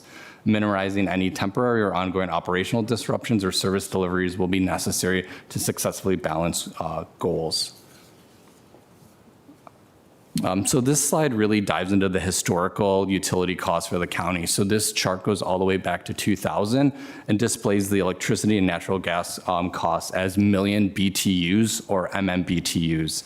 The electricity is the orange line, and that's a blended rate of the county's facilities and different rate schedules. Natural gas is in the purple line and is based on historical rates over this time period. The electricity has been generally increasing over this time frame with an increased slope for the next 2 fiscal years based on the VEPCA contract outcomes. This trend is not just affecting county accounts or VEPCA members, but ratepayers across Virginia and the country have also experienced utility hikes recently. Natural gas is much more volatile. I'll note that the highest prices actually occurred in the mid-2000s and then spiked again in 2023, almost doubling in cost. Increases have recently been in both the supply portion of the bill as well as the distribution cost, which Washington Gas currently has a base rate case that's pending at the State Corporation Commission. With price dynamics, slopes of the future electricity costs over the next 2 fiscal years, and just volatility in general, these considerations have a direct impact on energy project planning scenarios. Predicting future long-term energy trends is difficult to forecast beyond a few fiscal years, but we'll continue to monitor, assess, and refine as data changes over this period. On the next slide, so with the energy cost forecast and then just the general energy sector dynamics that I mentioned, what does this all mean for energy projects? So I think the first key takeaway is that energy efficiency is just more valuable. Projects will have shorter payback periods or the time to recoup energy with the upfront investments. Energy efficiency, whether it's lighting retrofits or equipment upgrades, will help avoid cost or potentially provide cost savings while saving greenhouse gas emissions. Solar will also continue to be a tool to offset future costs, particularly for increasing electricity. The Maplewood Virtual Power Purchase Agreement, or VPPA, has provided the county with utility bill credits to offset some of the grid electricity costs. The VPPA also supports the county operations renewable electricity goal. Generally, there's an inverse relationship between the VPPA credits and the utility rates, and so that'll continue to provide both the environmental benefits and financial benefits for the county. For on-site PPA, we're forecasting to increase the financial benefits since the forecast of the electricity were not included in the original cash flow. And we're also anticipating future PPA prices to increase, and that's partially because of the federal federal investment tax credit that expired, but would still be cost effective and provide benefits to the county. For a facility electrification project, the data shows that operational unit costs are increasing in the near term. Electrification is a critical strategy for decarbonizing the county operations, and there's 2 core aspects that impact the operating cost, and they include how much energy the equipment uses and then the cost of that energy. Electrification equipment efficiency will be important to reduce the operational cost while balancing with the upfront capital cost of different equipment types. These different types of systems may require infrastructure upgrades that include the existing building envelope, electrical systems, switchboards, or distribution systems that all impact the capital cost. It will also be necessary to continue to forecast the multiple energy metrics that include payback periods to really speak to operational cost, GHG per capital dollars invested to speak to the investment of dollars per GHG savings, and then the overall GHG savings for the overall impact of projects. These metrics should also be considered together to show the total cost of ownership for equipment scenarios, and even when metrics may have diverging recommendations. Lastly, one key takeaway is the continued need and enhancement of evaluation, measurement, and verification, or EM&V, of energy and electrification projects to measure how these projects are performing after installation and to help inform future planning. This slide illustrates the portfolio of energy performance types and includes lighting retrofits, retro commissioning, whole building energy performance upgrades, and HVAC electrification. The metrics in the table include payback periods, or how long operational cost savings take to recoup the initial capital savings, with the more clocks representing the longer payback period. Cost per GHG impacts is the lower the dollar sign, the more effective a dollar is at reducing greenhouse gas impact, and sort of the efficiency of that dollar for the environmental return. And then lastly is the total GHG reduction, or the absolute GHG reduction from projects, with the more leaves representing the greater impact. These metrics are not always aligned for projects, and there's also multiple other feasibility considerations such as end-of-life equipment, facility components, unique facility characteristics, and impact on facility operations. These metrics are also dependent on data inputs for capital cost, operational cost, the grid carbon intensity over the project lifetime, which is 20 to 30 years for HVAC and whole energy projects. That's based on the equipment's useful life, and they all have varying levels of uncertainty. The CIP will continue to focus on a portfolio of project types that are coordinated with the facility maintenance projects and identified through energy, greenhouse gas, and cost savings.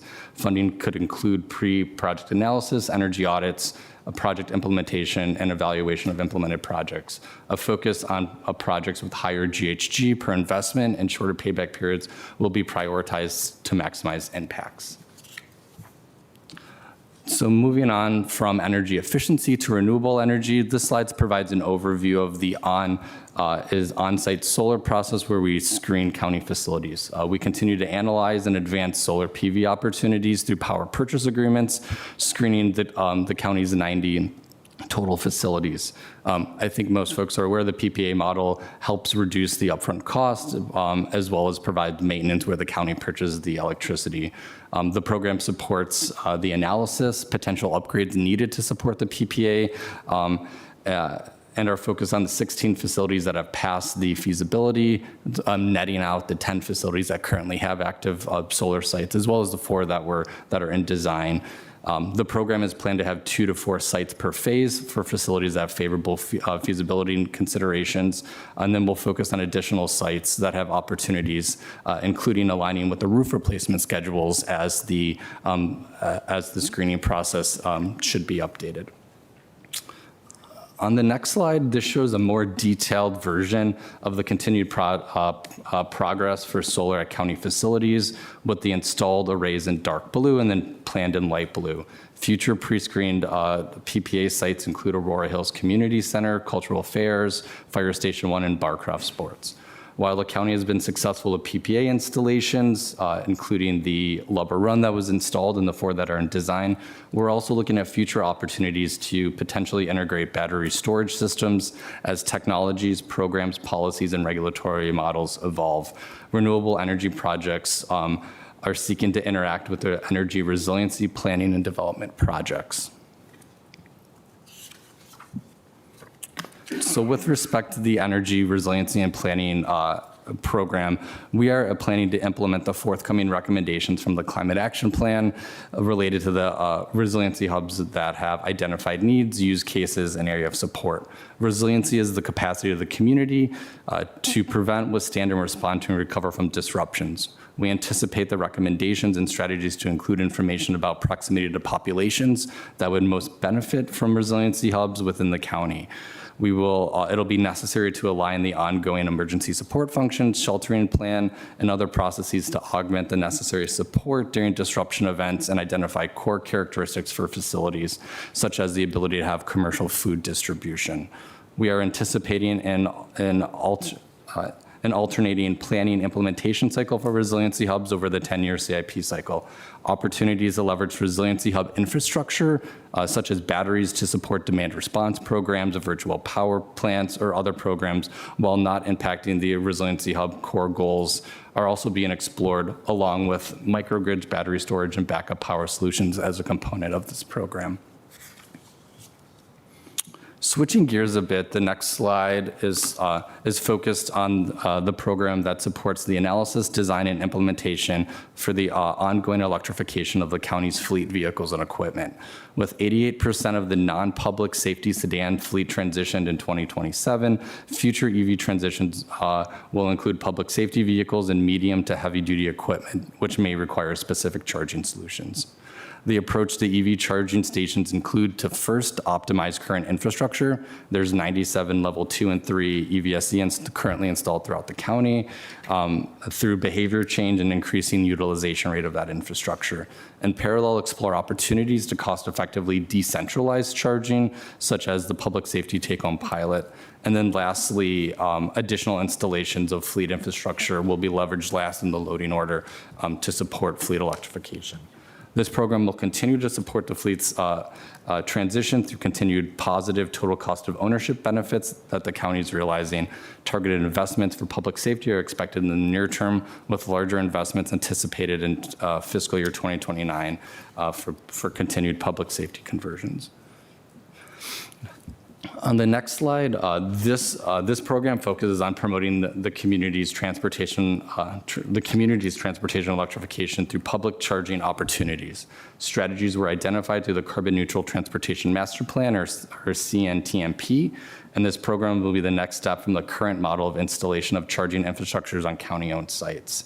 This program seeks to expand into other charging opportunities and models with 1 to 2 installations per year that may include right-of-way charging, while acknowledging the competition for charging in the right-of-way, as well as aligning with the transportation futures planning process. Opportunities may include piloting future technologies, alternative models, particularly focused on a multiplier effect model where community benefits can be amplified. The program will focus on priority areas with higher concentrations of multifamily housing, where there are current limitations or constraints identified with charging, and equity-focused areas. Funding will support the analysis and implementation of public charging, and potential public-private partnership models may be leveraged to support public charging opportunities. This slide shows a snapshot of the EV charging dashboard, where we display the semi-annual data of the public charging stations usage at the county's 51 charging ports over 9 sites. We continue to see growth and are above the industry utilization benchmarks for charging across the county, where we've seen 40,000 sessions since 2022. This table is an overview of the energy management programs with the $25.3 million in investments over the 10-year CIP cycle. The next slide is the funding source table for these projects as well. So with that, I will turn it over to Adil, who I think has a concluding slide. So thank you. Can finish it out and then we can get the questions. So with this proposed CIP, just to summarize, we will get a proactive replacement of the county's aging building systems, which should ensure the continuity of county services. We'll also get an optimized building portfolio that continues to serve the programs which deliver critical services through strategic space consolidation. We'll also continue to invest in expanded solar capacity, EV infrastructure, and focused on long-term resilience and facility decarbonization. That concludes our presentation.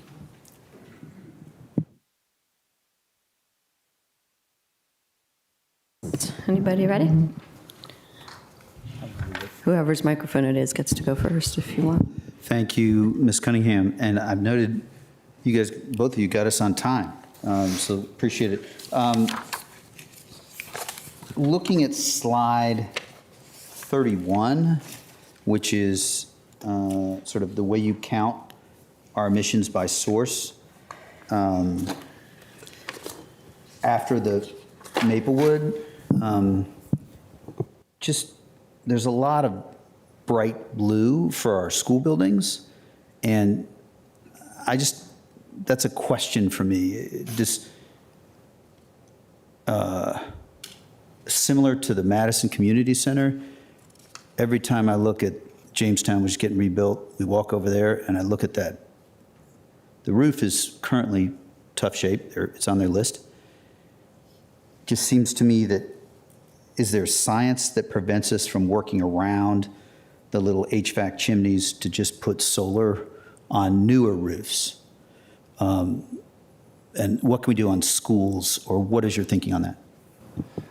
Yeah, I know that schools has an active, and I think that they have over 10 PPAs as well for solar on their roof. So I think that they have an active and immature program in that. But I can, if there's specific sites available, I think schools also lend themselves to having large, flat, unobstructed roofs, which makes me a little bit jealous with some of the facilities that are that may not have those characteristics. But sure, I guess I have one other question. Looking at like the energy performance, and then I may have others, but I'll yield.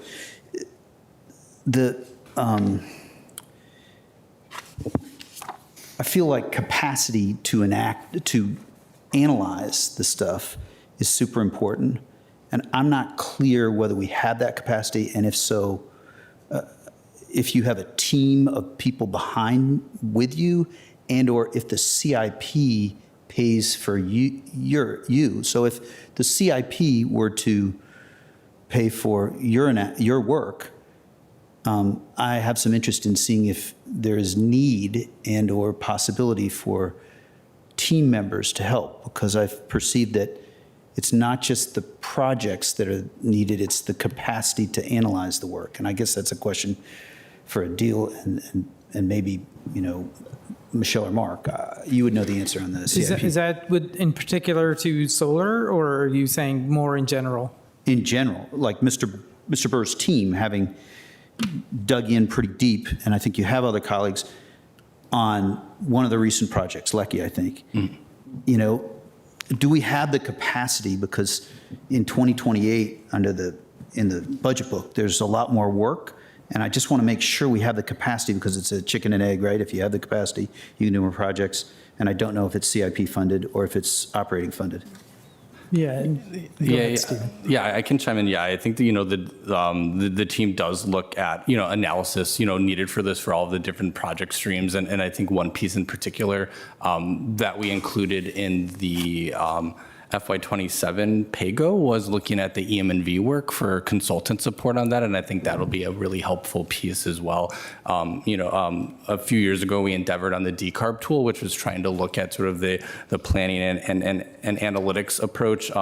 We've also, we've learned a lot and worked cross-functionally with that respect, and then also trying to be thoughtful about the projects now that we have projects that have been implemented and looking at that. Those sort of outcomes to then, feedback in the planning process. But that's, for buildings itself, and then, for solar pre-screening and working with contractors or EV installations as well. Great. I think I'll follow up. There's the one slide had 16 PPA or in the queue for analysis of 16, and I'm also mindful it's a difficult question to ask because, CIP funding seems slightly easier, though debt service is a real challenge. And so I just think it's fair to follow up with, the muckety-mucks over here.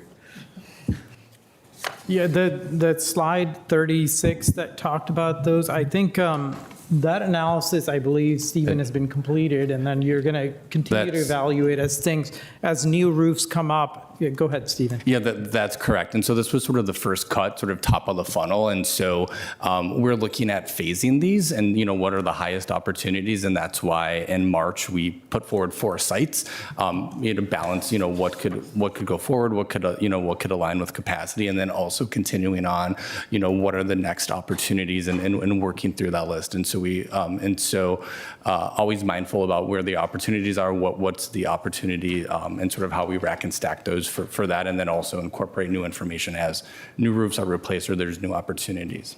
And 16 have been evaluated. They just are next. Is that right? So I would consider the 16 that passed sort of a pre-screening analysis, looking at roof age, shading equipment on the roof to have the highest level of potential from our PPA vendor. I would imagine that maybe a couple of those will fall off for whatever reason, but I think that that's sort of the opportunity for on-site solar in the near sort of 2-4 year time frame. so Stephen and his team have gone through and analyzed all 90 of them, and 16 were identified as things that Dominion or others would be interested in putting under PPA because they have to meet certain size requirements. It has to be profitable for them. So we think that 16 are the ones that are going to be eligible for those type of things. Great. Thanks. And then, I might follow up. Oh. Do you have a follow-up?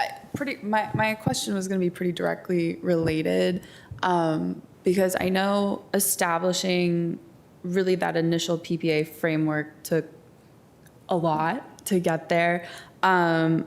And we have identified these sites and we've moved forward on a number of them, but what does it take to get from, let's say with these 16, the fact that we have identified them as potentially viable options to actual approval with our Dominion partner, and now that we have the PPA framework, is it a lot easier, or does that negotiation kind of have to happen every site every time? Yeah, so now that since we did the competitive procurement, and so now we have a sort of templated agreement that we've worked through, and so I think as we work through, it'll be a little bit easier every time as we sort of work with the vendor, understand where there are there potential sort of pitfalls or where there are opportunities. So yeah, I think a lot of the administrative pieces through contracting and sort of the process have been built out, and we certainly leverage that for the group of 4 that y'all approved in the I think March. So.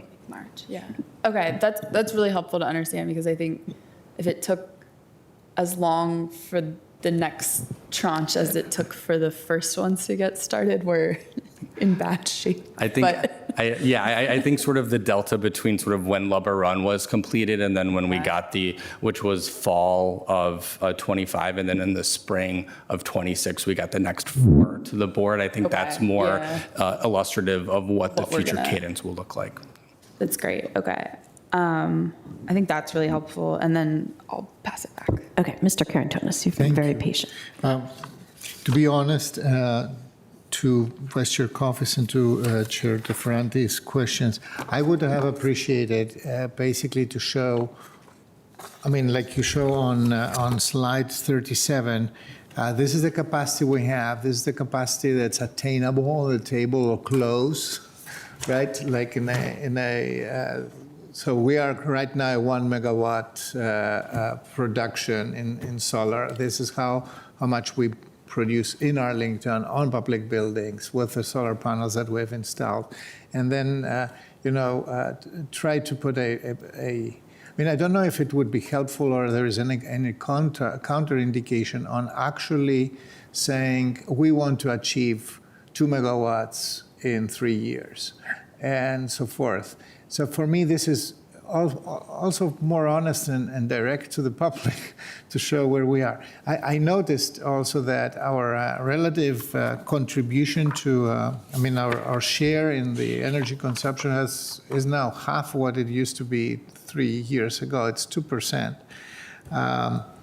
And which probably means that the energy consumption intensity of the rest has increased.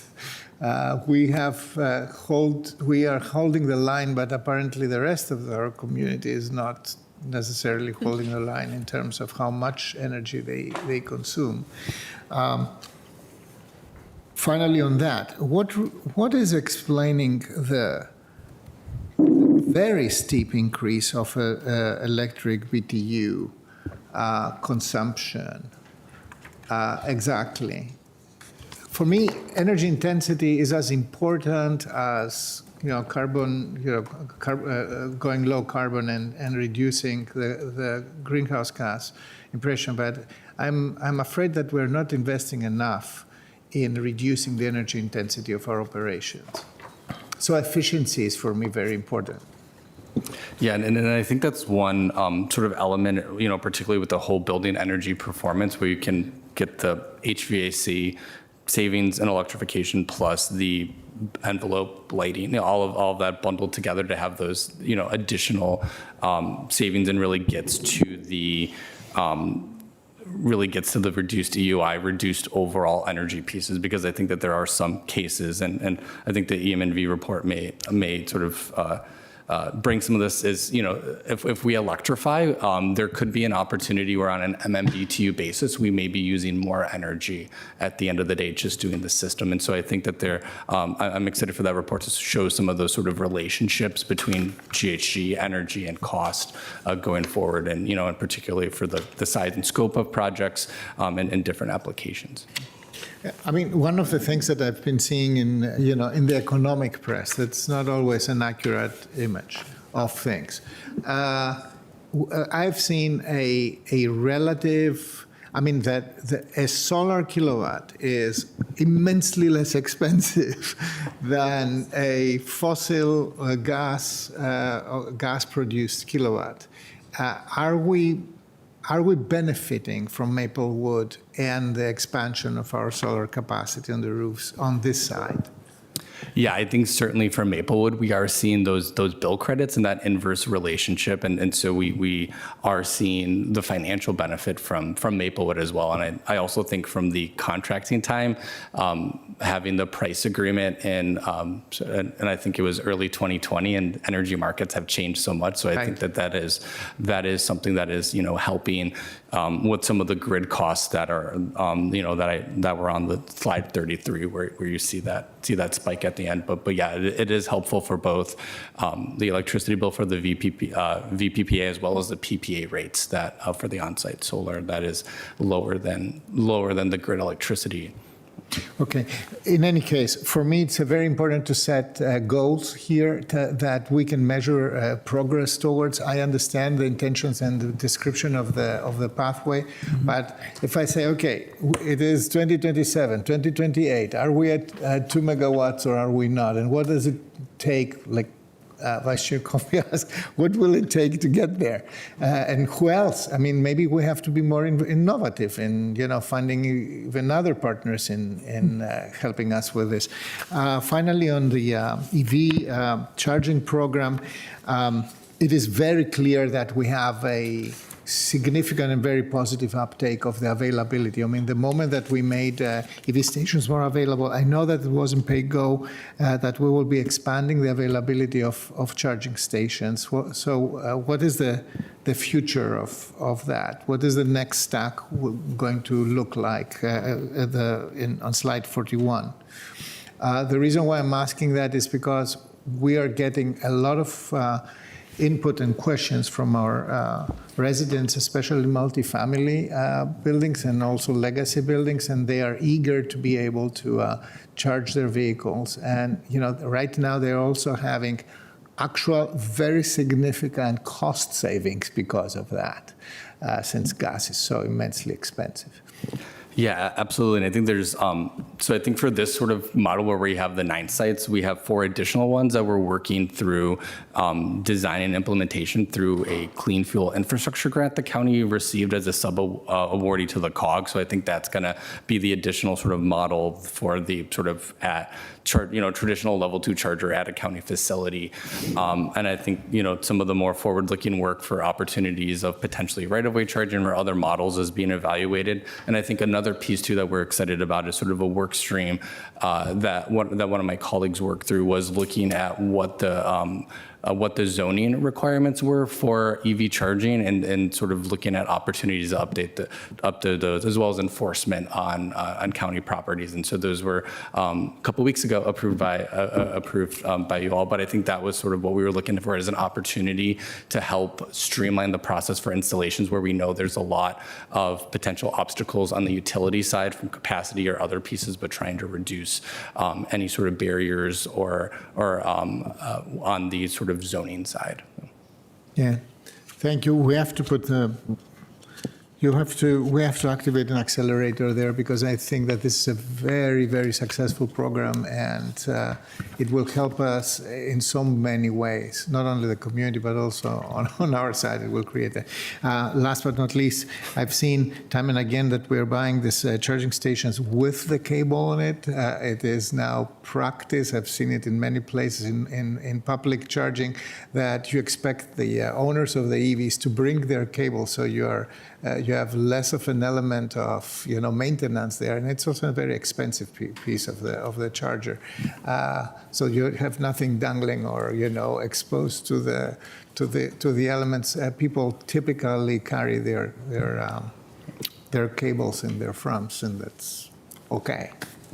Yep, and that's exactly one of the models that we're exploring to do this work. So that's great. Great, Mr. Spain. Yeah, I'll close it out with that. Well, at least just one question. And thank you, Stephen, for a great presentation.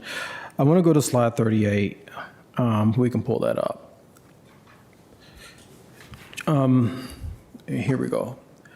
So, and most folks know this about me. We're going to spend about $8.5 million in energy resiliency planning and development. And as we go through this, perhaps you can give me an idea, or the board here, an idea in a scenario base. When we get to implementation of 3 sites over a 10-year CIP period, understand there'll be some feedback. How will these 3 sites be, selected?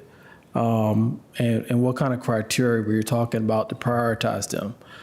I'm asking that because, all these efforts and these conversations that we're having about solar, EV, environmental sustainability, environmental climate justice, right?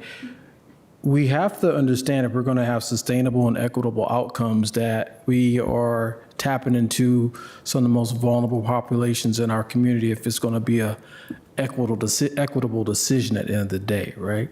So can you talk me through like just a scenario on this slide of what that may look like? Yeah, absolutely. And I think that you really hit on a core of one of these sort of community engagement pieces and aligning with the climate action plan is really getting to the communities that where this is going to be such critical work in areas of the county where we really need to sort of invest and focus these, these physical sort of locations, for the increasing sort of climate issues and risks that, that are coming. And so that's a core piece of this work is to identify what's needed, from the communities, and then also where should these be located within the county, and so that's sort of the first sort of community, to really understand what's needed, where it's needed, and then sort of the second bucket is more of the technical piece, where similar to what we did with the Lubber Run, like what size of battery do you need? What's the configuration? What sort of technical pieces of equipment do you need to support the community needs at the community identified location? And so that's really bringing those two pieces together. But I think really the sort of front end and aligning with all of the engagement work that the climate action plan is currently working through is really, getting to those core pieces of are we going to the right spots for the right populations, for the right needs, for these resiliency hubs. Yeah.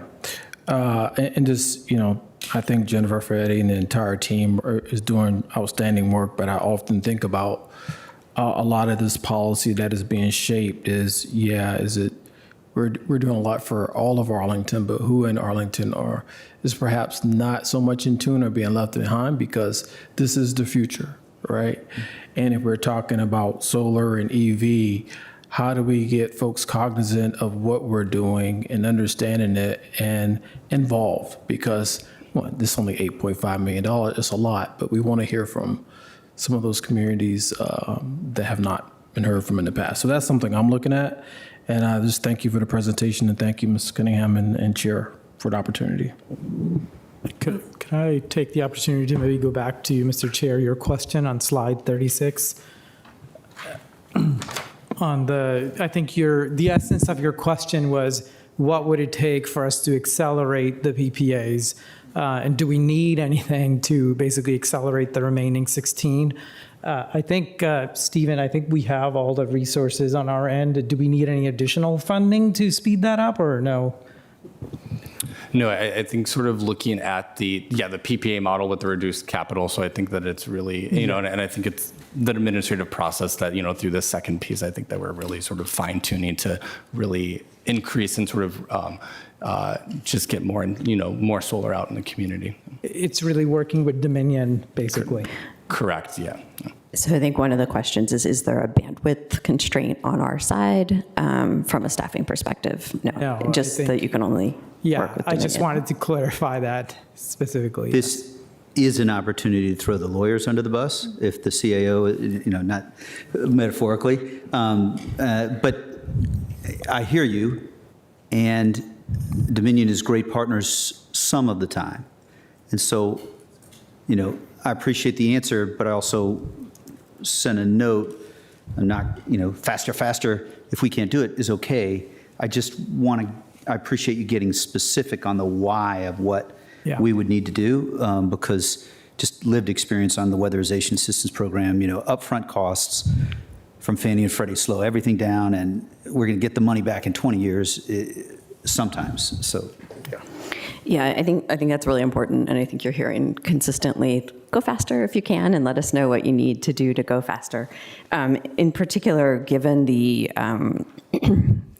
shocking increase in electricity costs for us, for our schools, for our residents, the ROI of each of these projects really has shifted quite a bit. And so particularly for lighting retrofits and retro commissioning, first of all, I'm very excited to see the retro commissioning. But for those, like, what's the fastest we can go on those? Because I presume those return on investments are months or years, and maybe faster as the electricity costs go higher. Yeah, I think it's certainly, it's been just a couple of years for the lighting retrofits, and I think for retro commissioning, really looking at those where there is those sort of lower capital investments for those savings. So yes, looking to accelerate those as we can, and find those opportunities where there are like the biggest pieces, and also align with the facilities team when particularly if there's like a maintenance issue or this type of fixture isn't available anymore. It's really creating those issues, and so finding those synergies to have both the maintenance benefit plus the accelerated energy benefits and carbon benefits. And so is there a bandwidth constraint there or a capital constraint? I like things that pay us back quickly. Can we get back to you? Yeah. Yeah, rather than sort of Yeah. like look at the project list for the next few years. Sure. And then I think with every, facility, again, I would say like a lighting retrofit could have impact on operations, Yep. right? For it actively. So just wanting to make sure that we're thoughtful, but I understand the direction of what you guys are saying completely. Great. I think sort of related to that is, and this can be offline as well, but if we had an extra 500,000 or $1 million to put towards this, what would it get you? I'm shaking the couch cushions, Mr. Manager. But I think just as we had on the operating side, there were some painful investments on public safety. They were exciting, but they were also painful for our taxpayers.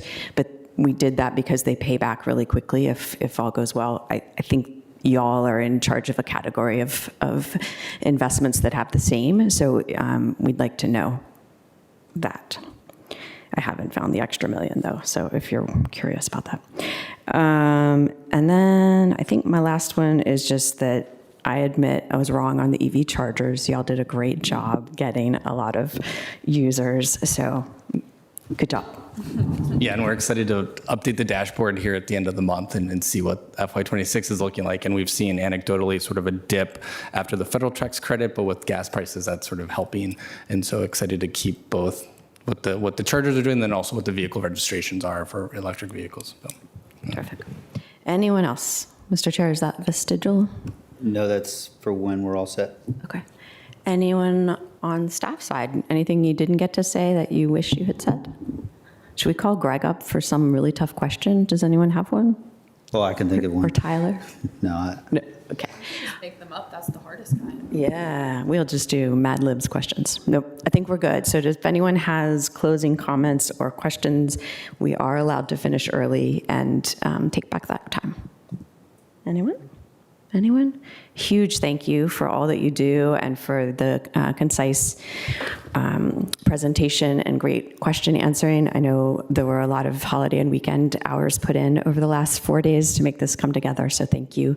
We always appreciate your work. All right, I think, Mr. Chair, it's to you. Thank you, Ms. Cunningham, for leading us. And to another way of putting that is, if I were in charge of your work, we would have bridges falling down, we would have no energy efficiency, no solar projects. So we all of us are super, super grateful for your work. Thank you very much, each of you, and all of the team behind that makes it all happen. We will now transition. We're going to have a closed meeting motion. You guys don't have to sit at the table for me to make that motion, but you're welcome to. I'll make the following motion and take an affirmative recorded vote in open meeting. I move that the county board convene a closed meeting as authorized by Virginia Code Section 2.2-3711A1 and 8 for discussions regarding the performance of a board appointee and consultation with and legal advice from the county attorney regarding the county's legal authority and options to comment on and to participate in review of a pending federal project that may impact the county's transportation network, emergency response, airspace, certain infrastructure, and historic preservation efforts.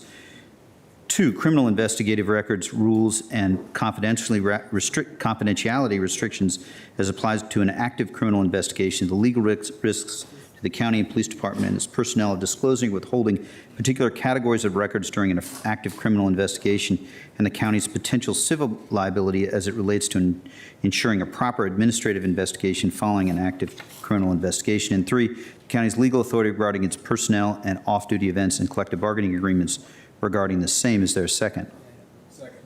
Seconded by Mr. Spain. All those in favor say aye. Aye. Aye. That motion passes unanimously. We are in closed session. Can someone, maybe Mason or someone, just help and text our county attorney to let him know we're a little bit early? And we will start, colleagues, at 2:40, if that's okay. That gives 6 minutes. So thanks very much. We're in closed.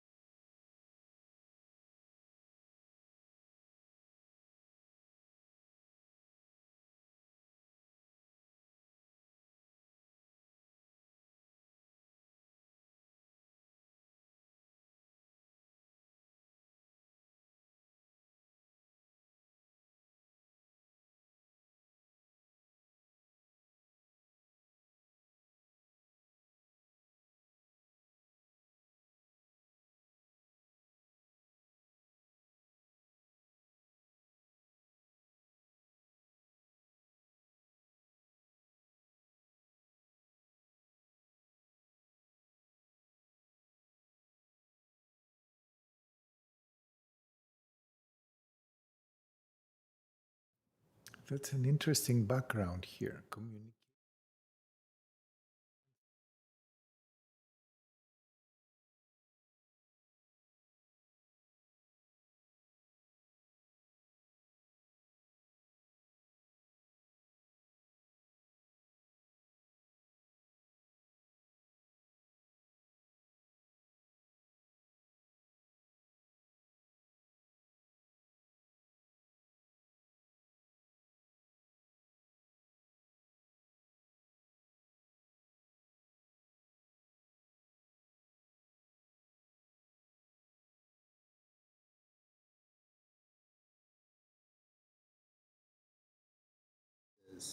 Appreciate you, and high and tight. Let's keep this high and tight, which I'm always like, I didn't play enough baseball.